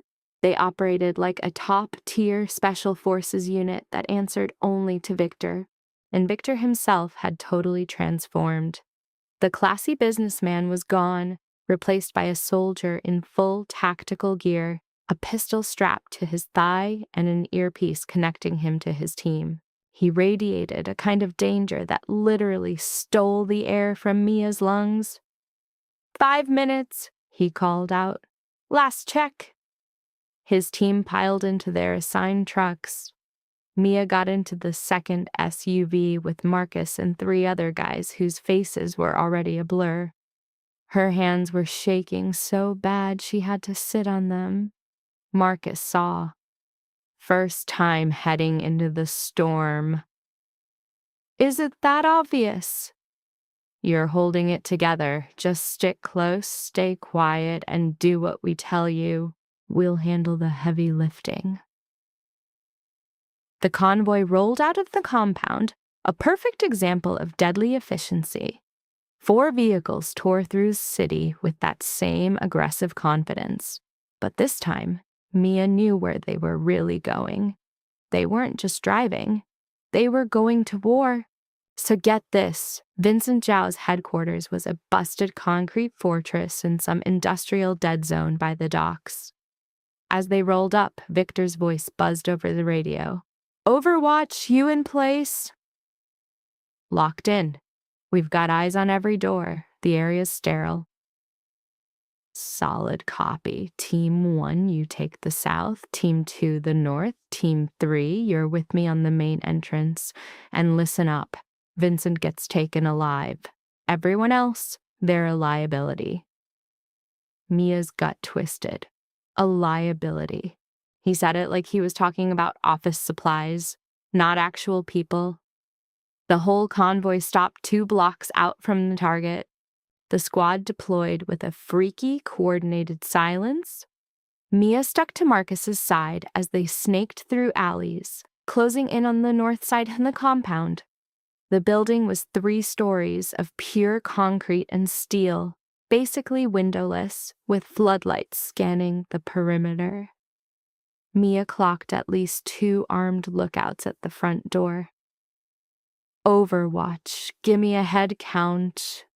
Victor's voice was a whisper in her ear. 6 guards visible outside. Inside numbers are a mystery. Thermals show at least 15 bodies, maybe more stashed in the basement. Got it. We're moving in. Mia watched Victor's unit fan out, their movements looking like some kind of deadly dance. She'd never seen anything like it. They moved like ghosts, not even kicking up dust. And then all hell broke loose. Victor flashed a hand signal, and Team 1 smashed through the south doors. The sound of the breach tore the night apart. Yelling exploded from inside, then the hard pop, pop, pop of gunfire. Marcus yanked Mia behind a massive shipping container. "Get low, you do not move until I say so." More shots rang out. The crack of rifles, the boom of shotguns. A man started screaming. The radio hissed with action reports. Team 1 is engaged, 3 bad guys down, heading to the 2nd floor. Team 2 is breaking in now, hitting major pushback. Mia pressed herself against the cold steel, her heart trying to punch its way out of her ribs. This was actually happening. Guns were firing, people were dropping. Then she heard Victor's voice, sharp as a razor's edge. Target is on floor 2, northeast corner. Moving to secure. More gunfire. An explosion rocked the freaking ground under her. Mia flinched, biting back a scream. "Mia?" Marcus's voice was urgent. "We have to move. They're flushing guys out the north exit. We need a new angle." He pulled her up and they sprinted, staying low until they found cover behind a concrete barrier. From there, Mia could see the northern doors. A bunch of armed guys poured out, just running for their lives and shooting blind. One of them looked way too familiar. Mia's breath caught in her throat. "Marcus, that guy? The one in the dark jacket. It's him." "I remember him. The night of the kidnapping, he was on the corner. I figured he was just waiting for a bus, but..." And then it all clicked. He wasn't waiting. He was watching. He was the freaking lookout. Marcus was already on the comms. "Target ID'd, north exit, dark jacket, armed. He could be the spotter from the initial grab." "Roger that. We're taking him alive." Victor's voice was pure ice. 3 of his guys converged on the target flawlessly. The jacket guy bolted, made it about 10 feet, and then got absolutely flattened. His gun went skittering across the pavement. The firefight inside got louder, then just stopped. "Is the building clear?" someone asked over the radio. "Target is secured, 12 hostiles down, 4 surrendered, 3 booked it out the east exit. Overwatch, you see the runners?" "Negative. They've disappeared into the warehouse maze. We've lost them." Victor's voice cut through. "Let them go. We have our prize. Take Vincent to the secondary location. Everyone else sanitize and bounce." Marcus stood up, offering Mia a hand. She took it, her own legs too shaky to stand. All around them, Victor's crew moved through the aftermath like pros, scooping up weapons, confirming kills, and tying up the prisoners. From beginning to end, the entire shootout lasted less than 15 minutes. Victor strolled out of the building, his tactical gear splattered with some dark stuff Mia refused to think about. Two of his men were basically dragging a guy between them. Vincent Zhao.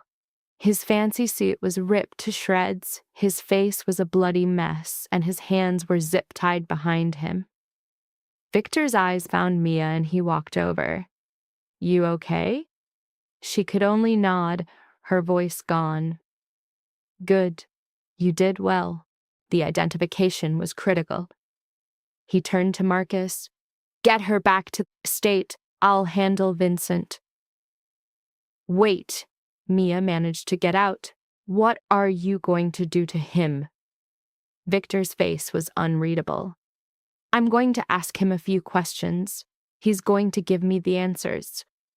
And what if he refuses?" "He won't." The absolute certainty in his voice sent a chill straight down her spine. "Go with Marcus. I'll see you at the house." He turned and was gone before she could argue, already barking commands at his unit. Mia watched him leave, saw Vincent Zhao get tossed into a black van, and witnessed the whole deadly operation vanish as if it were just another Tuesday. And for these guys, she realized, maybe it was. Marcus led her to the SUV. The ride home was completely silent. Mia just stared at the passing city lights, her brain struggling to deal with the horror show she'd just witnessed. The violence, the efficiency, the casual way Victor had ordered men to their deaths. This was the world he lived in. This was the power he'd been talking about. Back at the mansion, Grace met them with a hot cup of tea and a worried look. "Mr. Hale called. He said you helped out a lot." "All I did was stand there and shake." "You identified a suspect. That is not nothing." Grace handed her the cup. "Drink this. Go take a shower. Try to get some sleep. Mr. Hale will want to talk to you when he gets back." Mia just obeyed, moving like a robot. The shower was hot enough to burn, but it couldn't get rid of the chill deep inside her. She kept seeing the muzzle flashes, hearing the screams, and watching the bodies hit the ground. She was on her bed, still wrapped in a towel, when a soft knock came. Isabella peeked into the room. "Can I come in?" Mia just nodded. Isabella sat down on the edge of the bed. "My father called. He told me what happened, that you pointed out one of the men who took me." "I didn't do anything. I just recognized him." "That's not nothing, Mia. That's everything." Isabella paused for a second. "How are you doing?" "I don't know. Freaked out, confused. I saw people die tonight." "I know. I'm so sorry you had to see that." "Is your life always like this?" Isabella sighed. "Not always, but a lot. My father lives in a world where normal rules don't exist, where money and power make their own laws. I grew up watching him navigate that world, watching him do things that would absolutely break most people." She looked right at Mia, but he's not a monster. He is just a man who will use every tool he has to protect the people he cares about. Does that make it okay? I don't know the answer to that. It's not my place to judge. Isabella stood up. But I can tell you this, he will keep you safe, whatever it takes. That's who he is. After Isabella left, Mia got dressed and tried to sleep. But every time she closed her eyes, the raid replayed. The building, the gunfire, Vincent Zhao's bloody face. She was still awake when she heard the crunch of tires on gravel hours later, footsteps in the hall, Victor's quiet voice giving orders. Then, a knock on her door. "Come in," she said. Victor walked in, looking completely drained. He'd changed clothes, but now there was a bandage on his left forearm. You're hurt, Mia said. It's nothing, a ricochet. He sat down in the chair by her window. I came to give you the rundown. Vincent was very cooperative. What did he tell you? He confirmed Richard Chen sold him the intel on Isabella's schedule and security. He admitted to ordering the abduction, and he gave us a list of names, every single person in his crew who was involved in planning it or carrying it out. Including the guy I pointed out? Yes. His name is Tommy Liu. He's been on Vincent's payroll for 3 years. He was the one who scouted the location and gave the go-ahead to the snatch team once Isabella was there.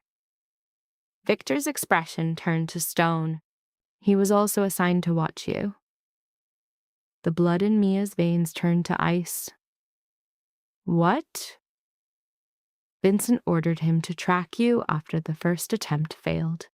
He spent the last week watching you. He knew where you lived, your school, your whole routine.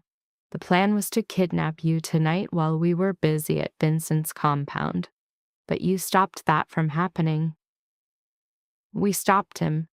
He's in our custody now, along with Vincent and the other survivors. Victor leaned forward. It's over, Mia. The danger to you is gone. Vincent's entire operation has been taken apart. You are safe. She thought she would feel relieved. Instead, she just felt a huge, empty pit in her stomach. What happens to them now? To Vincent and his guys? That's not something you need to worry about. This is on me, she choked out, the night's chaos crushing her spirit. They're dead because of me. But Victor's voice sliced through the pity party, cold and sharp. They're dead because they rolled with a kidnapper who dealt in death. End of story. He made it clear she wasn't to blame. She didn't choose the violence. She just refused to let someone die.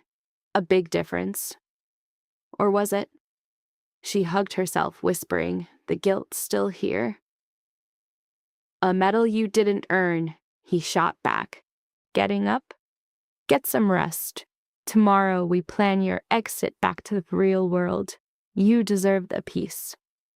As he hit the door, she called out, Thank you for keeping me from getting whacked. He stopped, his eyes locking with hers. For a split second, you could almost see a crack in his armor. You're welcome. Then he was gone, leaving Mia alone with her thoughts. But this time, sleep came easy, a fragile truce settling over her. The nightmare that started with a scream in the rain felt like it had finally hit the credits. Or so she thought. Mia woke up to actual sunlight and birds, not terror. For the first time in what felt like forever, her sleep hadn't been a horror movie. She just laid there, soaking in the quiet before last night's memories came crashing back. The raid, watching Vincent Zhao's empire crumble, and Victor's promise that the show was over. A soft knock snapped her out of it. Grace was there with a breakfast tray and a chill smile. Mr. Hale wants to see you in his study when you're ready. No rush. Mia ate slow, chewing on Victor's words about getting her old life back.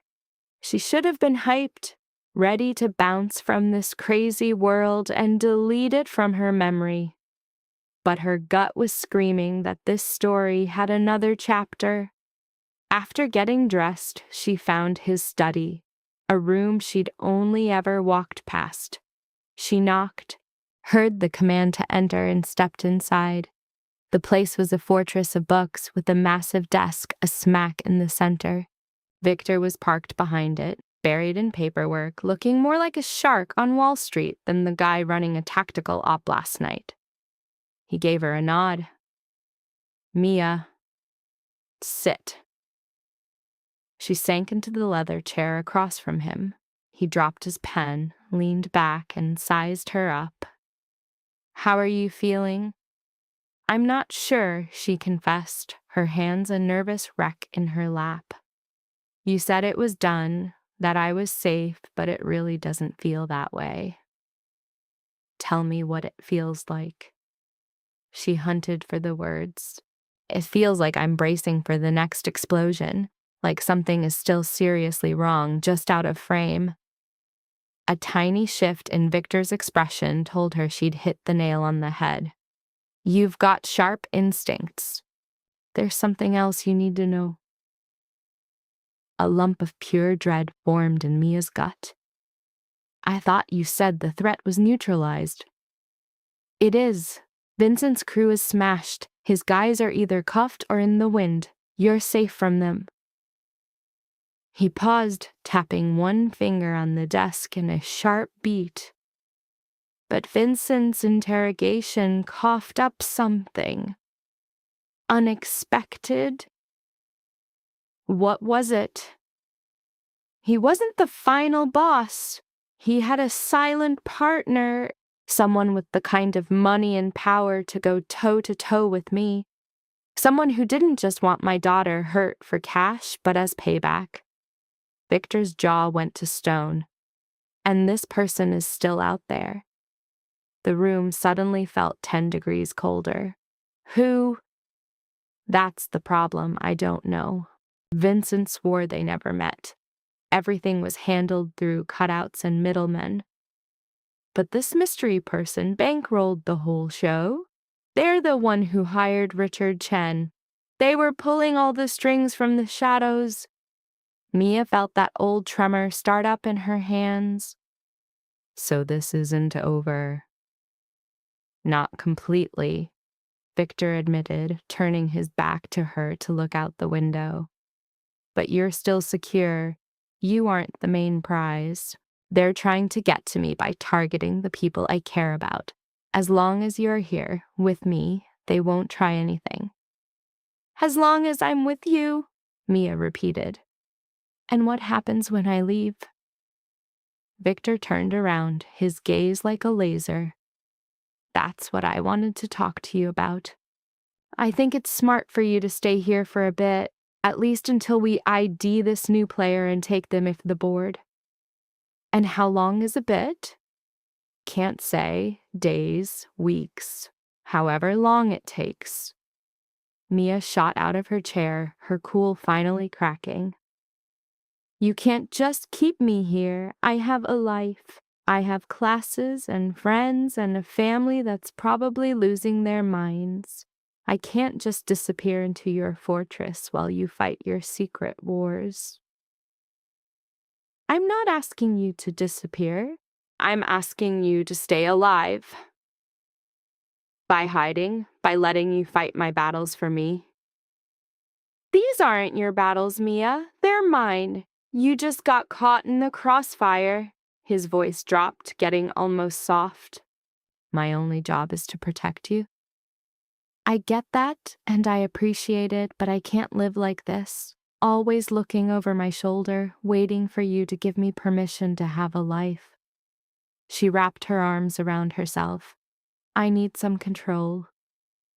Victor went quiet for a long moment, then walked back to his desk and grabbed a file. There might be another way. What kind of way? He flipped open the folder, revealing a bunch of photos and official-looking documents. The person funding Vincent's slip-up once, a shell corporation, was used to move the cash. We've traced it to a law firm downtown that specializes in creating these ghost companies. So somebody in that firm has the name of Vincent's partner. And you're going to find out who. Yep, but this needs a soft touch. We can't just raid a law office like we hit Vincent's compound. This needs a sneakier approach. Something low-key. He watched her with a sharp, calculating look. Something that could be helped by someone who doesn't exactly scream danger. Mia's heart started hammering. You want my help? I want to give you a choice. You can chill here, safe, but on the sidelines. Or You can help us get the intel we need and be part of ending this threat for good. How could I help? I'm not a spy. I have zero training. You don't need any. We just need someone to get inside the building and plant a device to give us remote access to their network. The firm offers free consultations for estate planning. You'd book an appointment, act like a potential client, and our tech team will talk you through the rest. That is completely insane. It's a risk, Victor admitted, but it's also the straightest line to the person who's still a threat to you. Once we have a name, we can move, and your safety will be guaranteed. Mia paced the study, her mind a total hurricane. This was bonkers, all of it. But one thing Victor said was hitting home. She was sick of being helpless, of being protected like some glass doll about to shatter. If I do this, she started, her voice surprisingly solid. I want your absolute promise that I can walk when it's over, that you won't cook up another reason to keep me here. You have my word. And if it blows up in my face, if they catch me, my team will pull you out. I'll be watching every single second. You won't be on your own. She stopped pacing and faced him. Why me? You must have pros who do this stuff. I do. But any new client gets a background check. Anyone tied to me would set off alarm bells. You, on the other hand, are clean. No record, no link to my world. You're exactly what you look like. A college kid planning for her future. It's the perfect cover. Or a total disaster waiting to happen. That's also a possibility. Victor's brutal honesty was messing with her head. I won't lie to you, Mia. There's a chance this fails, but I think the risk is worth it, and I think you can pull it off. You can't know that. But I do. You've proven it over and over since you found that wallet. You're a hell of a lot tougher than you think. Mia wanted to argue, to tell him he was nuts, but some deeper part of her, the same part that made the call, that had to be there for the raid, was already saying yes before her brain could object. All right, the word just came out. I'll do it. A flash of something that looked a lot like relief crossed Victor's face. Thank you. Don't thank me yet. I could screw this whole thing up. You won't. He hit a button on his intercom. Marcus, get the tech team to the study. We're moving on the law firm operation. The next 2 hours were a high-speed crash course in corporate spying that made Mia's head spin. Marcus introduced her to Sarah Chen. No relation to Richard, he promised. The woman who ran Victor's tech division. Sarah, maybe in her 30s, had sharp eyes and a no-nonsense vibe, with a crazy focus that was eerily like Victor's. The device is simple, Sarah said, holding up something that looked like a USB drive. You stick it into any computer in the firm. Our software installs in about 30 seconds, giving us total control of their network. But what if they spot me? That's why your appointment is late afternoon, when most of the staff are at lunch or in meetings. We've cased the joint. You've got a 15-minute window, and the place is basically a ghost town, except for you. Nearly a ghost town, Mia echoed, totally unconvinced. Marcus jumped in. Look, it's not a walk in the park, but it's totally doable. You'll be wired so we can hear everything. If it feels wrong, you bail. Nobody will even try to stop you. And if they do... Victor's voice cut in from across the room, dripping with menace. Then we come get you. I'll be in a car 2 blocks out. You're never out of our sight. Sarah flashes a blueprint of the law firm on a laptop. The objective is on the 3rd floor of the Meridian building downtown. You go through the main entrance, take the elevator to 3, and check in with the receptionist. You're meeting a junior lawyer, Jennifer Walsh. She's 26, fresh out of law school, and she handles their new client intake. So what's my story? Pretty much the truth. You're a college kid who survived something crazy, and now you want to get your affairs in order. It's not a huge stretch for someone young to think about their will after cheating death. She'll run you through the basics and probably try to upsell you on more services. Sarah jabbed a finger at the schematic. While she's talking, you'll excuse yourself to go to the bathroom. It's right here, down this hall. On your way back, you'll walk right past the records room. That's where we need you to plant the device. Isn't it going to be locked? It should be, but we've arranged for a fire safety inspection to happen during your meeting. Our guy, the inspector, will have unlocked every door on his route. The records room will be open when you go by. Mia stared at the blueprint, her brain working overtime to memorize the layout. There are so many moving pieces. Welcome to my life, Victor said with zero emotion. But Sarah's team has done this before. It works. Typically, Sarah added, which did absolutely nothing for Mia's shredded nerves. They spent the rest of the morning running drills. Sarah walked her through exactly how to plug in the device, the best spot to hide it, and how to keep her cool if someone walks in. Marcus coached her on what to say if questioned and how to act calm under pressure. By lunch, Mia's head was killing her. Isabella found her later in the library looking pale.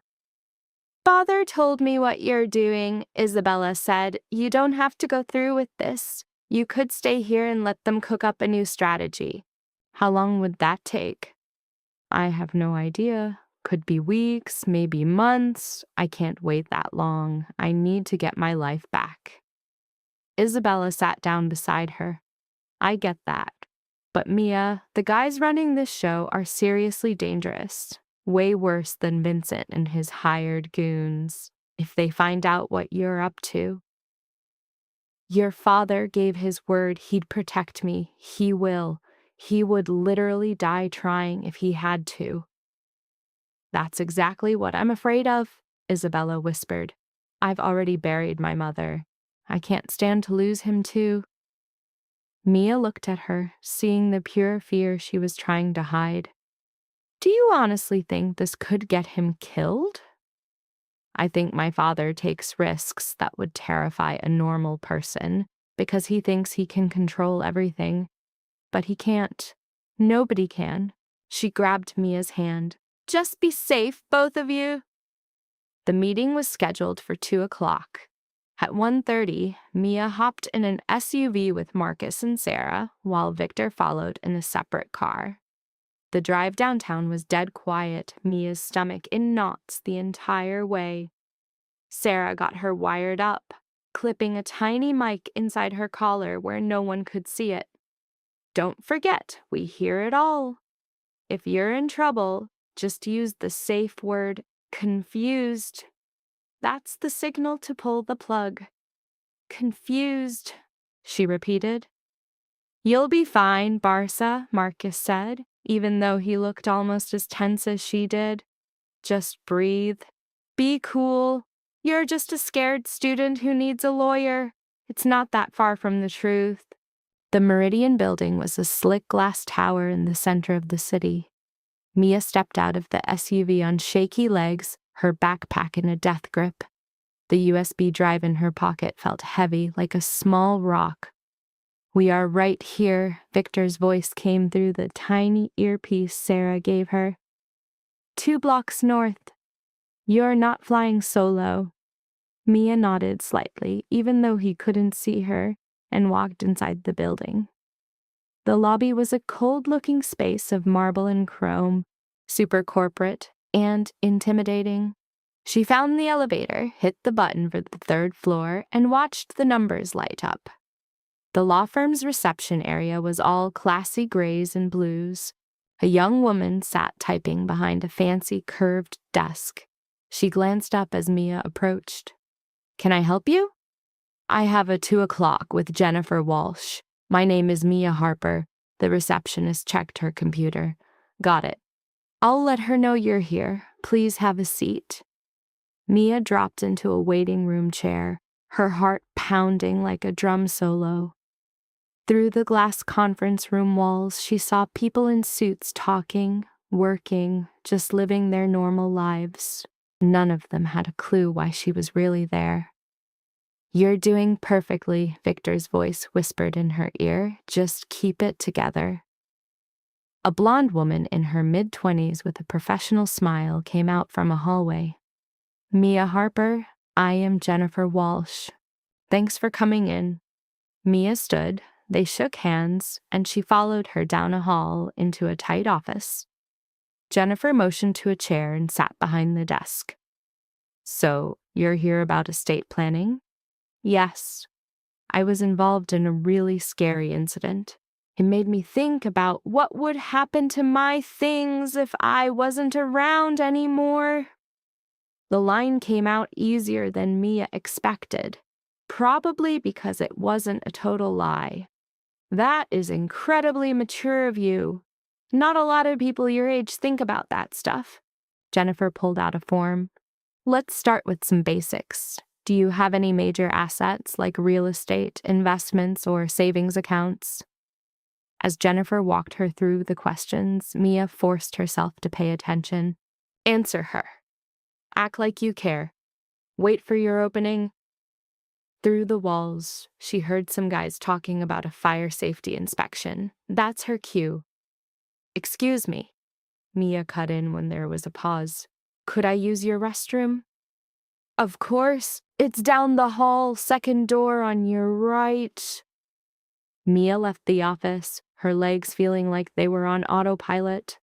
The hallway was empty. She found the bathroom, went inside, and waited for exactly 90 seconds like Sarah had drilled into her. Then she stepped out. The file room was 3 doors down. Just as planned, the door was cracked open, the lock undone.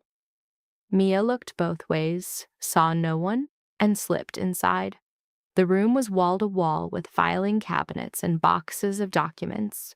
A computer sat on a desk in the corner with a blank screen. Mia pulled out the USB with a shaky hand and walked over to the terminal. "Good," Victor's voice coached her. "You're doing great. Plug it in now." She reached for the port, her fingers shaking so much she almost dropped the drive. It was an old machine, and the front port was kind of hidden.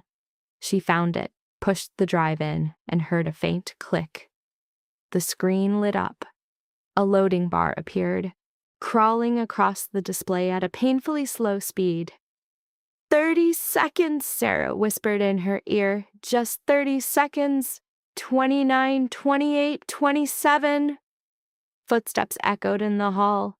Mia's heart stopped. Someone was coming. The footsteps got louder. She stared at the progress bar, which was still creeping along, maybe only halfway there. "Mia, keep it together," Victor ordered. "If someone comes in, you were just looking for the bathroom and got lost." 15 seconds, 14, 13. The footsteps stopped right outside the door. "Hello? Anybody in here?" Mia's mind went completely blank. She was just staring at the screen, at that loading bar that was so close to being done. "Mia, talk to them," Marcus urged. "Now." "Sorry," Mia called out, her voice all wobbly.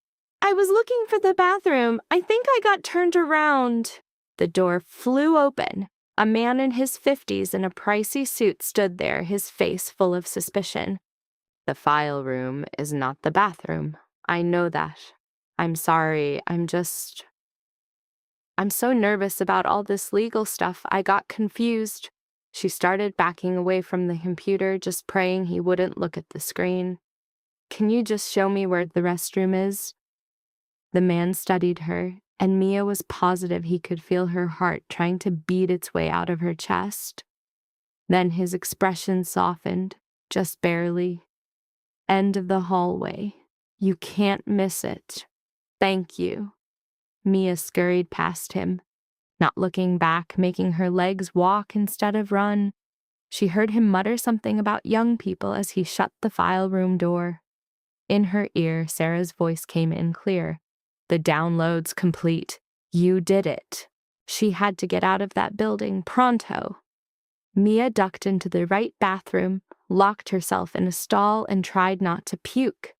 Her hands were shaking so bad she could hardly grip the sink when she finally stumbled out. She splashed her face with ice-cold water, took 3 huge breaths, and dragged herself back to Jennifer's office. Sorry about that, she lied, sitting back down. I kinda got lost, no big deal. So where were we? Mia had to sit through another 10 minutes of interrogation before Jennifer started breaking down prices. Mia acted like she was thinking it over, took a brochure, and swore she'd think about it and call. No rush at all, Jennifer said, walking her to the front desk. This is a huge choice after all. We'll be here when you're ready. Mia muttered her thanks, shook her hand again, and bolted from the office. She took the elevator down, zipped through the lobby, and hit the street. The SUV was parked right where it should be. The second she got in, her legs completely gave out. You pulled it off, Marcus said, and his voice was actually filled with pride. That was absolutely flawless. I almost got busted, but you didn't. You held it together, you improvised, and you finished the mission. He cracked a smile. Welcome to the crew. Sarah was already glued to her laptop, watching the data stream in from the bug Mia planted. We're inside. They had total access to the whole network. It would take ages to sort through, but the intel was in there. Victor's car pulled up next to them. He got out, swinging Mia's door open while his eyes searched her face. You good? I think so. That was terrifying. You were perfect. He helped her out of the SUV. Come on, let's get back to the estate. You need to relax. Back at the mansion, Mia collapsed onto the library couch while Grace brought her some tea. Her hands were still trembling, the adrenaline crashing into pure exhaustion. Isabella found her there an hour later. Dad told me it was a win, that you actually planted the device. By the skin of my teeth, I was seconds from being caught. But you weren't. Isabella sat down beside her. Do you get what this means? You just did something trained spies fail at. You walked into a completely blind situation and came out on top. I got lucky. Maybe. But luck helps the ones who stay cool when everything's going sideways. She gave Mia's hand a little squeeze. I'm seriously proud of you. By that night, Sarah's crew had the answers. Mia was called into the command center, where Victor stared at the main screen, his face like stone. We got him, he said without emotion. The person funding Vincent's crew, the one who wanted to hurt Isabella. Who is it? Victor threw a picture up on the screen. It was a woman in her 40s, looking polished with ice-cold eyes, posing at some corporate party. Diane Morrison. She runs Morrison Industries, a monster, the shipping game. To the public, she's a legit business mogul. The reality, she's the queen pin of a massive criminal empire on the East Coast. So why's she hunting you? Because I took something she wanted. 5 years back, I bought a shipping company she was after. I outbid her, outmaneuvered her, and she lost millions. She's been gunning for revenge ever since. Victor's jaw locked tight. She thought hurting Isabella would shatter me. When that didn't work, she had Vincent keep trying to eliminate anyone who could trace it back to her. So she still wants me dead. Yep. That one word sounded like a death sentence. Mia forced herself to ask the question she had to. So, what's the plan? Victor turned right to her. Now, we finish this for good. Diane Morrison built her entire kingdom from the shadows. She's paranoid, protected, and always uses cutouts. But now we've got the receipts, money trails linking her directly to Vincent, comm logs where she literally ordered the kidnapping. He crossed his arms. We're going to burn her entire world to the ground. And when it's all over, you'll finally be safe. How? That's the part we're still figuring out.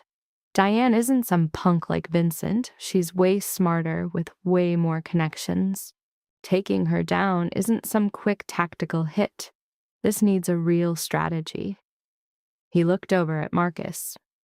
I want a complete dossier, everything we have on Morrison, financial crimes, mob connections, anything that'll get the feds interested. If we can't hit her head on, we'll bury her in legal trouble. That could take months, Marcus shot back. Then we hit fast. Victor's voice was pure steel. I want plans on my desk by morning, multiple options. I don't care if I have to call in every favor or spend every last dime. Diane Morrison is not walking away from this. As the team broke up, Mia was frozen in place. So this was her life now. A bystander watching these titans go to war, depending on Victor's money and his grit to beat a threat she never asked for. I'm sorry. Victor's voice was quiet. She realized then that they were alone. I know you never chose this life. None of this was my choice, but it is what it is. It's our reality, he corrected her gently. He was quiet for a second. For what it's worth, you've handled this with more guts than anyone has a right to ask. You're something else, Mia Harper. I'm scared out of my mind, I know. But you're still on your feet. You're still in the fight. That's what makes you something else. He left her standing alone in the ops room, surrounded by pictures of Diane Morrison's face on every screen. Mia just stared at the woman who wanted her gone, trying to connect the dots between the classy CEO and the monster who orders hits. This was the world Victor lived in, a place where business and crime were basically the same thing, where a hostile takeover could end with a bullet, where one good deed could drop you into a never-ending nightmare. And Mia was stuck here until Victor could figure a way out. If there even was a way out. The doubt started creeping in as she stood there alone. And for the absolute first time, Mia wondered if she would ever actually be free again. The next 48 hours were a total chaotic mess that left Mia's head spinning.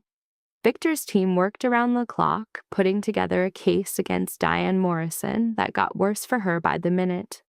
Records of dirty money, witness statements linking her to crime syndicates, intercepted texts proving she ordered the hit. The evidence just kept piling up. Each piece another bar on a cell she couldn't escape. But Diane wasn't just sitting there. On day 2, Marcus blew into the ops room where Mia and Sarah were looking at files. His face was dead serious. We've got a major problem. Diane knows we're coming for her. She's dumping assets, shredding files, and going dark. Someone tipped her off. Victor looked up from his screen, his expression grim. Who? Don't know yet, but she's digging in for a war. Her crews are loading up, turning her properties into fortresses. She's calling in favors from every thug she knows. Marcus put surveillance footage on the big screen. This was taken an hour ago at her HQ. The video showed dudes with rifles taking positions outside a massive building, checking their weapons, setting up a freaking kill zone. Mia felt a chunk of ice form in her gut. This wasn't a business dispute anymore. This was about to turn into a bloodbath. "How many guys has she got?" Victor asked, his voice cold and sharp. "We've confirmed at least 30. Probably more inside. And these are pros she brought in. Ex-special forces, every single one. These aren't Vincent's idiot thugs. These guys are trained killers. So are we? Victor." Marcus's voice was a clear warning. "If we hit that building, people are going to die. A lot of them. We might not all walk out. So what's the other option? Let her torch all the evidence. Let her disappear and come at us later when our guard is down." Victor stood up, slamming his hands on the table. "No, we hit them now, while we still have the upper hand. There has to be another way," Mia heard herself say. The whole room went silent and stared at her. Her face turned bright red, but she kept going. "You were talking about building a legal case, evidence for the cops. Why not just give it to them? Let the authorities handle Diane instead of starting a war." "Because the authorities are slow," Victor shot back. "By the time they get warrants and build their case, Diane and all the evidence will be long gone. We have to make a move now, even if it means more people get killed." The question just hung there in the tense room. Victor's jaw tightened. For a second, Mia thought he was going to shut her down. But then something in his eyes shifted. "What are you thinking?" Mia's mind was racing, an idea forming that scared her even as she said it. What if we set a trap? Make her think she's about to win so she doesn't run. Then we nail her with proof she can't destroy. How? I'm not totally sure yet, but we need to get her to admit what she did herself, to get her on tape confessing everything she's done. Then we'd have proof nobody could argue with. Sarah leaned forward, her eyes locked on. "A sting operation. We set up a meet at a place we control, wire it for sound and video, and let her hang herself with her own words." "She'd never walk into that meeting," Marcus argued. "She already knows we're hunting her." "She would if she thought she was about to get something she wants more than anything," Mia said quietly. "Something like me." The entire room went dead silent. Victor's eyes met hers, his face completely unreadable. "Not happening." "Why?" "Because the woman wants me gone." "Can you picture it if she sniffed out a weakness? An opening?" "It's a straight-up death wish. You're not an operative. You are not ready to face someone like Diane Morrison." "I wasn't ready to see a kidnapping, or bug an office, or get through any of this. But I did." Mia stood up, her hand shaking but her voice solid. "You called me a survivor. Show me you meant it." "Let me help you end this." "No." Victor's reply was final. "I won't let you walk into that kind of fire. We'll figure something else out. There is no something else, and you know it." The words shot out before Mia could stop them. "You said it yourself, Diane's smart, paranoid, and totally insulated.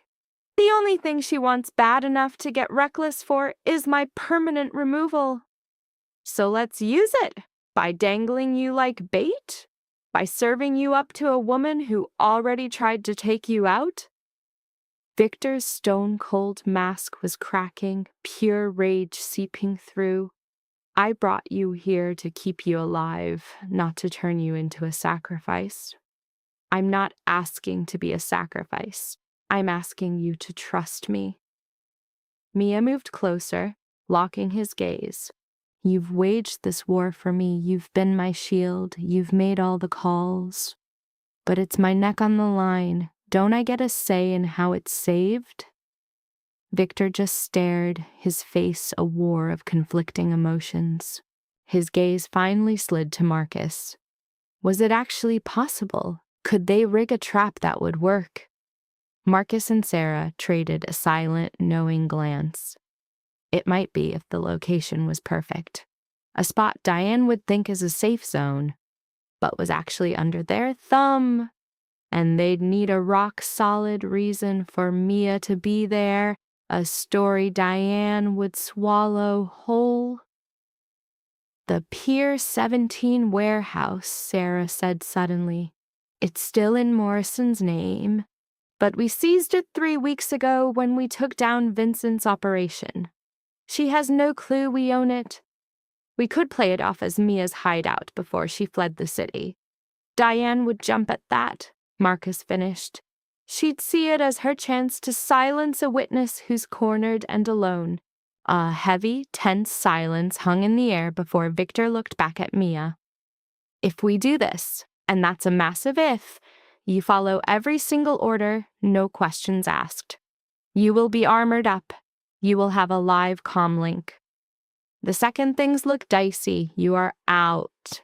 Those are the conditions. Done. I'm not being dramatic, Mia. One mistake flips this from a controlled setup into a total disaster. People have died for way less. I get it. His intense stare held her for another second before he gave a tight, unwilling nod. Fine.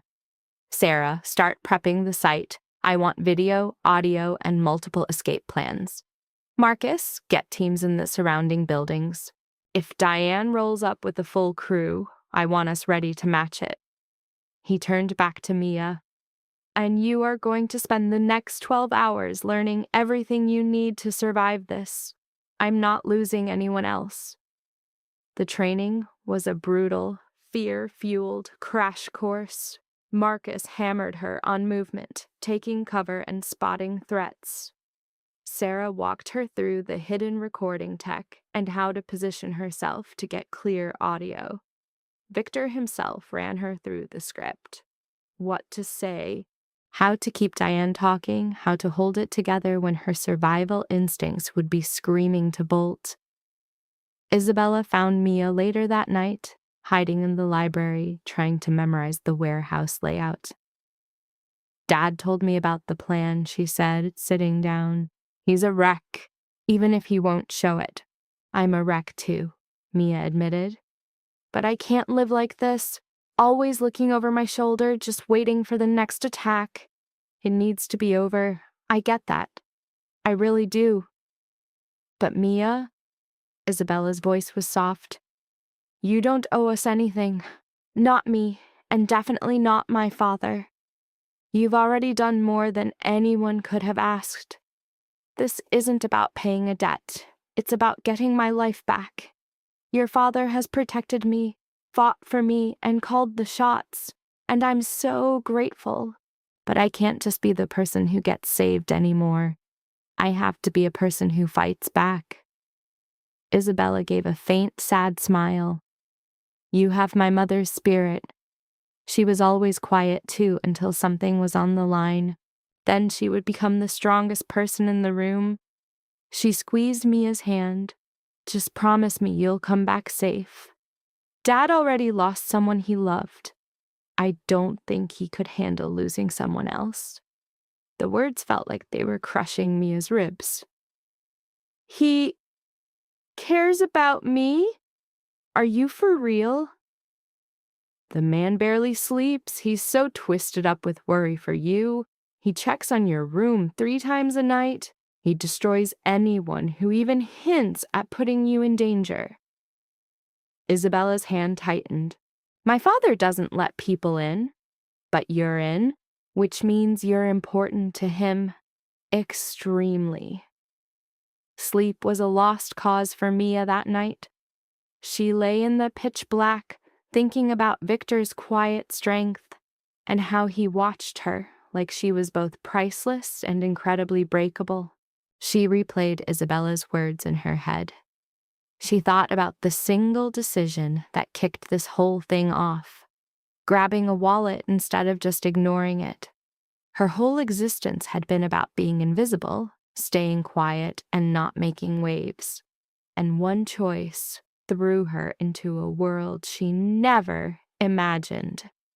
A world of violence and power, of people who defended their family with a terrifying ferocity.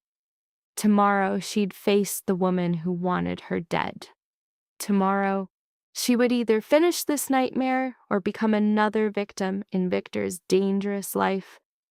But for tonight, she was just Mia Harper, wide awake in a stranger's house, wondering when she'd gotten brave enough to stop running. The sun rose way too soon. Grace brought a breakfast Mia couldn't even look at. Sarah arrived with the recording device, a tiny piece of tech that could pick up a whisper from 30 feet away. Marcus checked her body armor 3 different times, pulling straps and making sure the plates were perfectly set. And Victor just stood in the doorway of the command center with a look of such profound sadness that it shattered Mia's own heart. He looked like a man about to sentence someone he cherished to death. "We can still call this off," he said quietly as the others gave them space. "We can find another way. You don't have to go through with this." "Yes, I do." Mia fastened the last clip on her vest. "For me and for you. You need to stop fighting my wars, and I need to stop letting you. I have fought wars my whole adult life. It's the one thing I'm good at. I know, but this war is mine." She met his gaze. "I'm not telling you to stop protecting me. I'm asking you to let me fight with you, not hide behind you." A crack formed in Victor's iron control. He lifted a hand, his touch warm as he cupped her cheek. "You're an incredible woman. You realize that? I'm terrified. That's what makes you incredible." His hand dropped. "When this is over, we need to talk about what comes next. For us." "What do you mean?" "I mean, I don't want you to leave. I mean, Isabella's right. I care about you far more than I should. I mean—" He stopped, shaking his head. "Later. We'll talk later." Before Mia could even think of a response, Marcus's voice crackled over the comm. "We've got movement. Diane's crew is leaving her compound. They're heading for the pier." Victor's entire presence shifted in a split second. The vulnerable moment was gone, replaced by the ice-cold commander. How many? 10 vehicles, about 40 people. "She's bringing a small army for one college student," Victor said, his voice grim. "Copy that. All teams move into position. Mia, you're with me until we're at the warehouse. Then you go in alone, just like we practiced." The drive to Pier 17 felt like it took forever and no time at all. Mia sat in the back of the armored SUV, the vest pressing down on her, the hidden mic a secret on her skin, running through the plan again and again. "Stay cool. Keep Diane talking. Get in front of the cameras, get the confession, and get out." It was a simple, horrifying, and maybe suicidal plan. The warehouse came into view, a flat concrete box surrounded by shipping containers looming over the dark harbor water. Victor's teams were already invisible, melted into the scenery of the nearby buildings. Snipers on the roofs, tactical units ready to breach on his signal. He had his own private army here, ready to drag her out of the fire. The SUV stopped a block away from the warehouse. Victor turned to her. "This is your last chance to back out." "I'm not backing out." "Then know this. You're not going in there alone. We've got you. You won't be out of our sight for a second." He held her gaze. "And Mia, come back to us. That's an order." She could only manage a nod, her throat too tight for words, before she got out of the truck. The walk toward the warehouse felt like a nightmare, like she was moving through water. Her legs carried her forward on muscle memory while her brain screamed at her to turn and sprint. But she kept going, one foot in front of the other, until her hand touched the door. The inside was exactly like the blueprints she had memorized. a huge, cavernous space with concrete pillars, littered with crates and equipment to look like it was abandoned quickly. The cameras were hidden, but she knew where they were. The mics would hear everything. She walked to her designated spot near the middle of the empty room and started to wait. 15 minutes crawled by before she heard the low growl of engines outside. The doors get kicked in and dudes start yelling. Then the main bay slides open and in walks Diane Morrison, rolling deep with 6 guys rocking serious hardware. She's smaller than Mia pictured, rocking a crazy expensive coat and her hair pulled back tight. But her eyes, straight up ice, casing the joint before they snap right onto Mia. "So, this is the witness," Diane spits, her voice all classy but sharp as a razor. "The college kid who couldn't mind her own business." Mia goes full statue mode, trying not to show an ounce of fear. "I didn't want any of this." "Nope. You just stumbled into the wrong spot at the worst possible time, saw something you shouldn't have, and made a phone call that cost me a fortune in cash and manpower." Diane closes in, and her goons spread out, boxing Mia in completely. "Should have just kept walking, Mia Harper. Should have just wiped it from your memory. Instead, you turned into a problem that needs to be solved." "By killing me? Is that your go-to solution for everything?" "When it's necessary, and you, sweetheart, have become a top priority deletion." Diane's smile is totally dead inside. "Victor Hale has been hiding you, tucking you away in his little fortress, but his protection can't last forever. You had to come out sometime, and my crew would have been right there waiting." "So, you set up the kidnapping," Mia says, making sure her voice is crystal clear for the hidden mics. "You paid Vincent Zhao to snatch Isabella Hale." "I paid Vincent for a lot of jobs. Grabbing Victor's kid was just one of them. I needed him to feel the same kind of hurt I did when he torched my operations. I needed him to feel powerless, to feel that fear." Diane's face turns to granite. "But that idiot failed me, and now here we are." "Here we are," Mia's voice fires back, "with you confessing to kidnapping, attempted murder, and conspiracy. All of it on tape." Diane's eyes narrow into tiny little slits. "What?" "This whole building is wired. It's listening, it's watching. Every single word you just said got recorded and blasted to federal agents, who are probably getting warrants signed as we speak." For a hot second, Diane just freezes. Then this nasty, bitter laugh rips out of her. "You think you're slick. You think you've got me trapped. But you're the only one in a cage here." She nods to her crew. "Finish it. Make it quick." The goons raise their weapons. Mia's heart just flatlines. It was a wrap. She got the confession, but it cost her everything. And then bam, the windows just explode inward. Victor's teams crash through every single entry point at once. Doors, glass, even the damn skylights. Flashbangs go off, turning the world into white light and a deafening boom. Mia hits the deck, covering her head as bullets start tearing up the room. A hand grabs her. It's Marcus, screaming in her ear, "Stay down, don't you move." The firefight was an absolute hurricane that lasted maybe 30 seconds, but felt like a whole year. When the chaos finally stops, Mia peeks up and sees Diane's crew scattered on the floor like broken toys. Diane herself is on her knees, hands zip-tied, with Victor standing over her, pure ice and fury in his eyes. "You made a huge mistake," Victor says, his voice dangerously low. "You came after my family. You tried to snuff out a life I promised to protect, and you actually thought you'd win? He crouches down to look her in the eye. You were dead wrong. Diane spits at him, a cornered snake to the very end. This changes zip.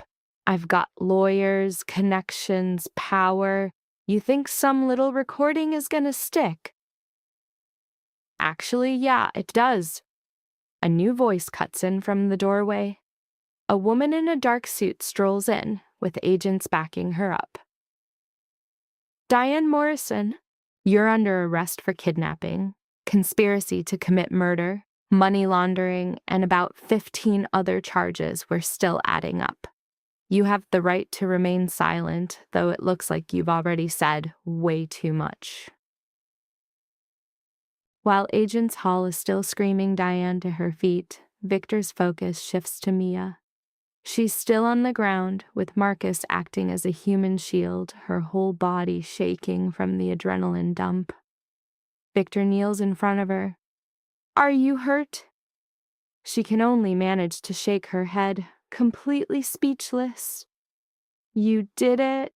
You got her to confess. You ended this whole thing. His hand touches her face, a shockingly gentle move after all that violence. You were absolutely incredible. I seriously thought I was dead. So did I for about 3 seconds. Then my team gave Diane a little reminder about what happens when you mess with people I protect. He helps her up. Let's go. It's time to get out of this place. Outside, the warehouse is lit up by a sea of flashing red and blue lights from cop cars and Fed vans. Diane gets shoved into a vehicle, her empty threats swallowed by the night. Her goons are picked up one by one, their little gangster war ending in less than a minute. Isabella is waiting by the SUV, her face pale with stress. The second she sees Mia, she bolts forward and crushes her in a hug. Don't you ever do that again, she whispers. Dad was completely losing it. I've never seen him that terrified. I'm okay, Mia whispers back. It's over. It's really over. Yes, Victor confirms from behind them. It is. The next few hours were a total blur of giving statements, going over tactics, and the slow-motion realization that she had somehow, against all odds, made it out alive. The recording of Diane's epic fail wasn't just streamed to Victor's team, but also lived to the FBI. Combine that with the financial dirt Sarah had dug up, and it was a done deal that Diane Morrison was never breathing free air again. By night, Mia was back at the estate, feeling totally empty and just floating. Grace had run a bath for her and left out food she couldn't even look at.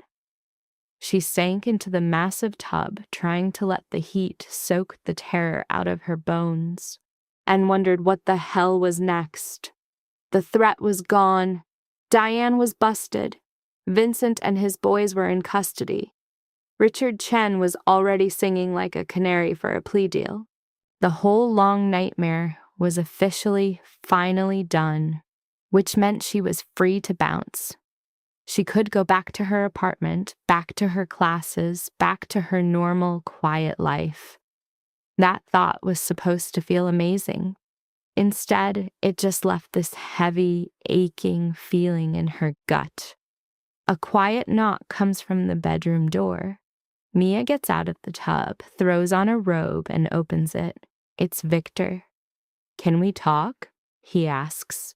Of course. He steps inside, but just stands by the window, looking out at the gardens. I've been on the phone with the federal prosecutors. They're offering you witness protection, new name, new city, a completely blank slate. Do I need it with Diane locked up? Probably not, he admits, but the option's there if you want to disappear. He turns away from the window to look at her. Or you could stay here. Mia feels her breath catch in her throat. What? Stay here. With me and with Isabella. Not as someone I'm protecting, but as... He's trying to find the right words. As someone who's part of this. Someone who wants to be here. Victor, I'm just a college student. You run an entire empire. What would I even do here? Whatever you want. Finish your degree. Start something new. Figure out who you are when you're not constantly looking over your shoulder. He steps closer. I know this isn't easy. I know my world comes with risks you never asked for. But these last 2 weeks, watching you find this inner strength, watching you stand up to your own fear, I'm not ready for that to be over. You barely even know me. I know you saw a lost wallet and decided to do the right thing. I know when you were terrified, you called for help. I know you stared down a monster and ripped a confession out of her because you were done being scared. I know you're the single bravest person I have ever met, and I'm not about to just let you walk away. Mia feels tears starting to well up. I'm not brave. I'm still that scared girl who used to shake just talking to people. My desire to stop being afraid finally became stronger than my desire to be safe. That's literally the definition of bravery. Victor's hand gently cups her cheek. Stay, please. Not because you're in danger, not because you have nowhere else to go, but because you want to, because maybe you feel this too. Oh, she felt it. That was the craziest part. Somewhere between getting snatched and the final showdown, between being a protectee and learning to protect herself, she had totally fallen for Victor Hale, for his insane intensity and his shocking gentleness, for how he saw her, for how he went to war for her while letting her fight her own battles. What about Isabella? What would she think? She's already told me I'd be a colossal idiot to let you go. Her exact words. Mia actually laughed, despite everything. She said that? She did? She likes you? She respects you? She thinks you're good for me. He gives a small smile. She might have a point. Mia thought about her old, simple life, which now felt like a lifetime ago. She thought about the girl she was 2 weeks ago and the woman she'd become. She thought about surviving hell and finding a power she never knew she had. If I stay, she said, her voice steady, it has to be different. I'm not just going to hide out here. I need to do something. Be something. Anything you want. Sarah mentioned you have a talent for staying cool under pressure. She's been thinking about expanding our intel division. She could really use someone with your unique skill set. You want me to work for you? I want you to work with me, if that's what you decide. Or you can go back to school, launch a company, whatever. I just want you here with me, with our family. Mia looked at him. This guy who blew into her life like a Category 5 hurricane and changed every single thing, who showed her a level of courage she couldn't have imagined, who gave her a choice even when it must have scared him to death. Okay, she said, her voice soft. I'll stay. The wave of relief that washed over Victor's face was so intense it was almost hard to look at. He pulled her into his arms, holding her like she was about to vanish into thin air. Thank you, he whispered into her hair. Thank you. They just stood there for a long time, two people who found each other in the absolute darkest pit and somehow clawed their way into the light. At last, Victor broke the silence. Get some rest. Tomorrow we figure out our next move. He left, and Mia collapsed into bed. But before she could pass out, another knock echoed. Isabella cracked the door open. Dad said you're staying. I am. Isabella's grin was electric. Good. I was hoping you would. This place needs more people who aren't terrified of him, and I need someone who gets what this life is all about. Your dad's not so bad. No, but he's a psycho-protective force of nature. He needs a crew that can handle the heat. She sat on the bed's edge. For real, I'm glad you're here, Mia. Totally glad. It'll be awesome having someone in my corner. After Isabella bounced, Mia finally let her body shut down. The immediate threat was neutralized. Diane was behind bars, and Mia had, against all odds, found a crew. 6 months flashed by. Mia was now in the command center, watching Sarah's team run surveillance on a fresh target. She'd aced her online semester while mastering the insane mechanics of Victor's empire. Sarah was dead on. Mia was a natural at this game. Her eidetic memory, her ice-cold nerves under pressure, her knack for seeing patterns no one else did. She was an MVP. And she had honored the vow she made to herself. The damsel in distress act was officially over. She was in the fight now. A woman who stood with Victor, not cowering in his shadow. A soul who figured out that true guts wasn't about having no fear, but the drive to push through it. The moment Victor walked into the room, his smile still sent a jolt through her. 6 months they'd been a team, and the man was still a puzzle. The way he devoured books, the real laugh he had for Isabella's terrible jokes, the pure reverence in his gaze when he looked at Mia. "What's the play on our surveillance?"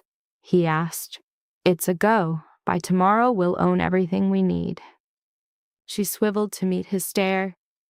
"Did you handle things with the prosecutor? The witness protection angle?" "Handled. She's getting a new life set up in California. She'll be off the grid."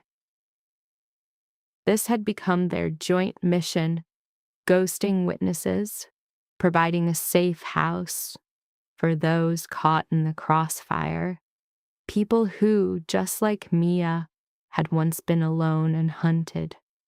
His resources and her instincts were a lethal combination. "Isabella's on the line," Victor cut in. "She's crashing our lunch tomorrow. Claims she has news. The good kind or the world is ending kind. With my daughter, you never know." But his voice was laced with pride. Isabella was clawing her way back from the trauma, though the nightmares still ambushed her at night. Through therapy, she'd started to unpack the terror she'd bottled up and found a new purpose in helping others, working with abduction survivor groups. The Hale family was permanently scarred by that one insane night, but they hadn't broken. They had rebuilt and come back stronger. That evening, Mia stood in the gardens, watching the sun burn out over the horizon. It was a whole other universe from the rain-soaked asphalt where her story began. A lifetime away from the petrified girl who almost left a wallet in a puddle.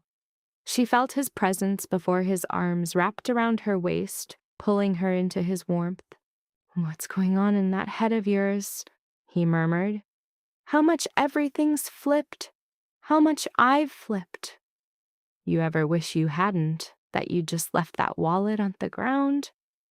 Mia weighed the question, the absolute terror, the brutal violence, the constant threat she'd lived with, the ghosts that still haunted her, all she'd lost, and everything she'd found.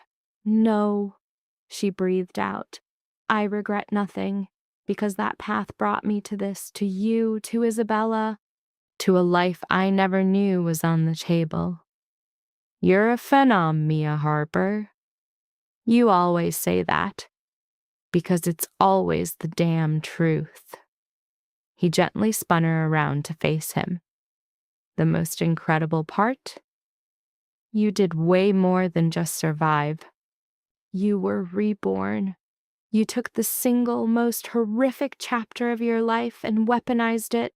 You became the person who leads others out of their own darkness. I had some solid trainers. You had the heart of a warrior. That was all you. It was always there, even when you couldn't see it. He laid a soft kiss on her forehead. I love you. You're clear on that, right? And she was. He showed her every day, in his moves and his words, in the unbreakable trust in his eyes. I love you too. They stood there in the twilight, two souls who crashed into each other in the shadows and built something incredible from the wreckage. Victor had lost a wife and nearly his daughter. Mia had been too frozen by fear to make a sound, but in their world, they discovered that the toughest bonds are forged in the absolute worst trials. A year down the line, Mia was in the library watching Isabella with her own kid. Victor's granddaughter, who'd shown up 3 months ago, belonged to Isabella and a guy she'd met in one of her support circles. A good man who understood trauma and the brutal road to recovery, who loved Isabella for her grit, not despite her scars. Victor sat down next to Mia, his hand finding hers. Sarah wants to know if you're available for the Montgomery case next week. The trafficking operation? The one and only. It's risky. And then I have to be on it. Those people need someone who gets what it feels like to be trapped and terrified. She met his eyes. I'm not that scared girl anymore, Victor. You showed me the way, but I carry her memory, and that makes me better at this job. It does, he conceded, pausing for a beat. I've been thinking about what we've built. This isn't just a security outfit anymore. It's become something else. A last resort for people with no other options. Are you saying we should make it official? I'm saying we should. Create a foundation to shield the vulnerable, to back up the victimized, to offer a way out for those caught in impossible situations. We have the resources, we have the intel, we could make a real difference. A fire ignited in Mia's chest. This was the mission she had been subconsciously searching for. A way to transmute her pain into something powerful. A way to help others find the courage she'd discovered in herself. The Harper Hale Foundation? She tested the words. It's got a certain power to it. Victor smiled.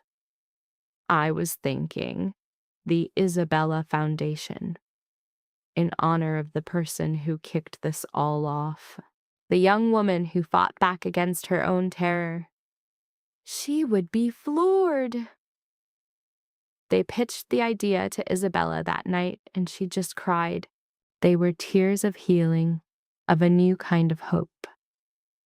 The foundation went live 6 months later, with Mia running field operations and Victor managing the assets.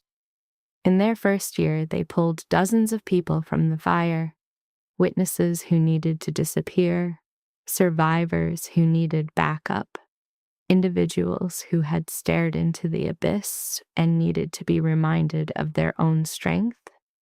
And with every soul they helped, Mia kept leveling up, kept growing, and kept realizing that the quiet girl once too afraid to order a coffee had always been an absolute killer. She just needed a reason to fight.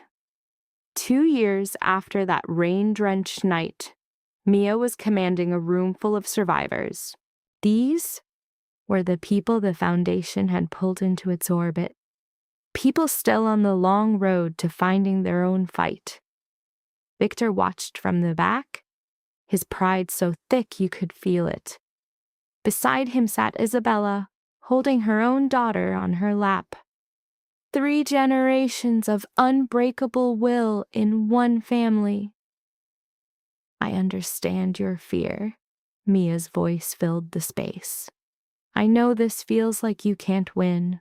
I know the question of ever feeling safe again is a ghost in your head. I know because I was you. 2 years ago, I saw a monster, and it dragged me into a world of shadows I couldn't even imagine. I was paralyzed by terror every single day. She paused, her eyes finding the people in the crowd living that same hell right now. But I learned something.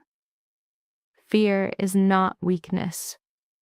Fear is proof you get the stakes. Your strength is what you do about it. Do you let it put you in chains? Or do you make it the fuel for your war, for your survival, to become the person who helps someone else get through? She saw the realization click in eyes that had seen too much darkness. You are all here because someone tried to shatter you, to intimidate you, to make you powerless. But you are also here because you are still standing. You keep fighting. You're looking for a way forward. That is courage. That is power. And I swear to you, if I could find it, so can every last one of you. After her speech, they swarmed her to say thanks, to share their stories, to ask for a plan. Mia gave each person her complete focus, remembering the feeling of being lost right where they stood, terrified, unsure, desperate for a guarantee that things would get better. She couldn't promise them it would be easy, but she could promise them they would survive. Because she was living proof, because courage wasn't some magic gift. It was a weapon you forged the instant you needed it most. That evening, Victor found her in the library, the silent witness to so many of their biggest plays. You were incredible today, he said, taking the chair beside her. The way you got through to them, the hope you gave them. I only told the truth. That fear and courage aren't mutually exclusive. That to survive doesn't mean you stop being afraid. It's about being scared out of your mind and doing it anyway. Victor grabbed her hand, pulling her in. I've been running something through my head about us, the next chapter. Mia's stomach did that familiar backflip. And what's that? He whipped out a small velvet box, flipping it open to reveal a ring. Clean, sharp, perfect. Marry me. Not because you're some damsel who needs a hero, not because of some debt, but because I'm all in. You're the toughest person I've ever met. I want to spend the rest of my life watching you teach others to find the same fire you found in yourself. Mia stared at the ring, at Victor's dead serious face, and the insane life they'd pieced together from nothing but chaos and impossible odds. She remembered the girl she used to be, too shook to even speak up, too paranoid to be seen. Then she looked at the woman she became, the one who stared down monsters, who went to war for other survivors, who learned that real guts meant telling fear it didn't run the show anymore. A soft breath. Yes, she shot back, her voice solid steel. Yes, I'll marry you. The wedding was a tight-knit op, just family in the inner circle. Isabella stood by Mia's side as maid of honor, rocking a dress the color of a fresh start. Marcus was Victor's best man, looking totally out of place in a suit but beaming for his boss. Sarah and Grace were crying happy tears. The whole foundation crew went wild. And right there, next to Victor, spitting vows of love and a fresh dose of daily courage, Mia finally got what being a badass meant. It was never about not being scared. It was about building your kingdom right in the shadow of your demons. It was about betting on love, on trust, on hope, when the whole world taught you to fold. She kicked off this whole saga as a girl terrified of being on the radar, and she's ending it as the woman who gives everyone else a megaphone. And somewhere between witnessing a crime and finding her ride or die, she cracked the only code that mattered. Courage doesn't just show up, You choose it again and again, every single sunrise. In the years that followed, Mia's voice became a weapon in other rooms, reminding survivors of the power they thought they'd lost. She built a whole network of safe houses and support for anyone with their back against the wall. She and Victor would have kids who learned that strength isn't just one thing, that courage has different accents, and that the whole point of being safe is to pass it on. But the ghost of that storm-drenched night never fully vanished. The scream that shattered her world, the wallet she almost ditched, one tiny decision that sparked a chain reaction, creating a life she couldn't have even dreamed of. Sometimes the gutsiest move is just refusing to blink, to shut down the lie that you saw nothing, to ghost that voice in your head, screaming at you to bail. And sometimes, just 60 seconds of that defiance is enough to rewrite your entire future. Mia Harper learned that lesson the hard way, but she didn't just walk out of the fire. She learned to build with the rubble, dragging others out of their own personal hells. In the end, that was fear's biggest own. The moment you realize you're bigger than it is, the girl once too scared to be noticed had become the woman who showed others how to own the spotlight. And that, Mia thought, as she watched her crew, her eyes landing on the foundation named for Isabella, a life built from a power she never knew she had. That was the only finale that mattered. Not a world without monsters, but a soul that refuses to let them win.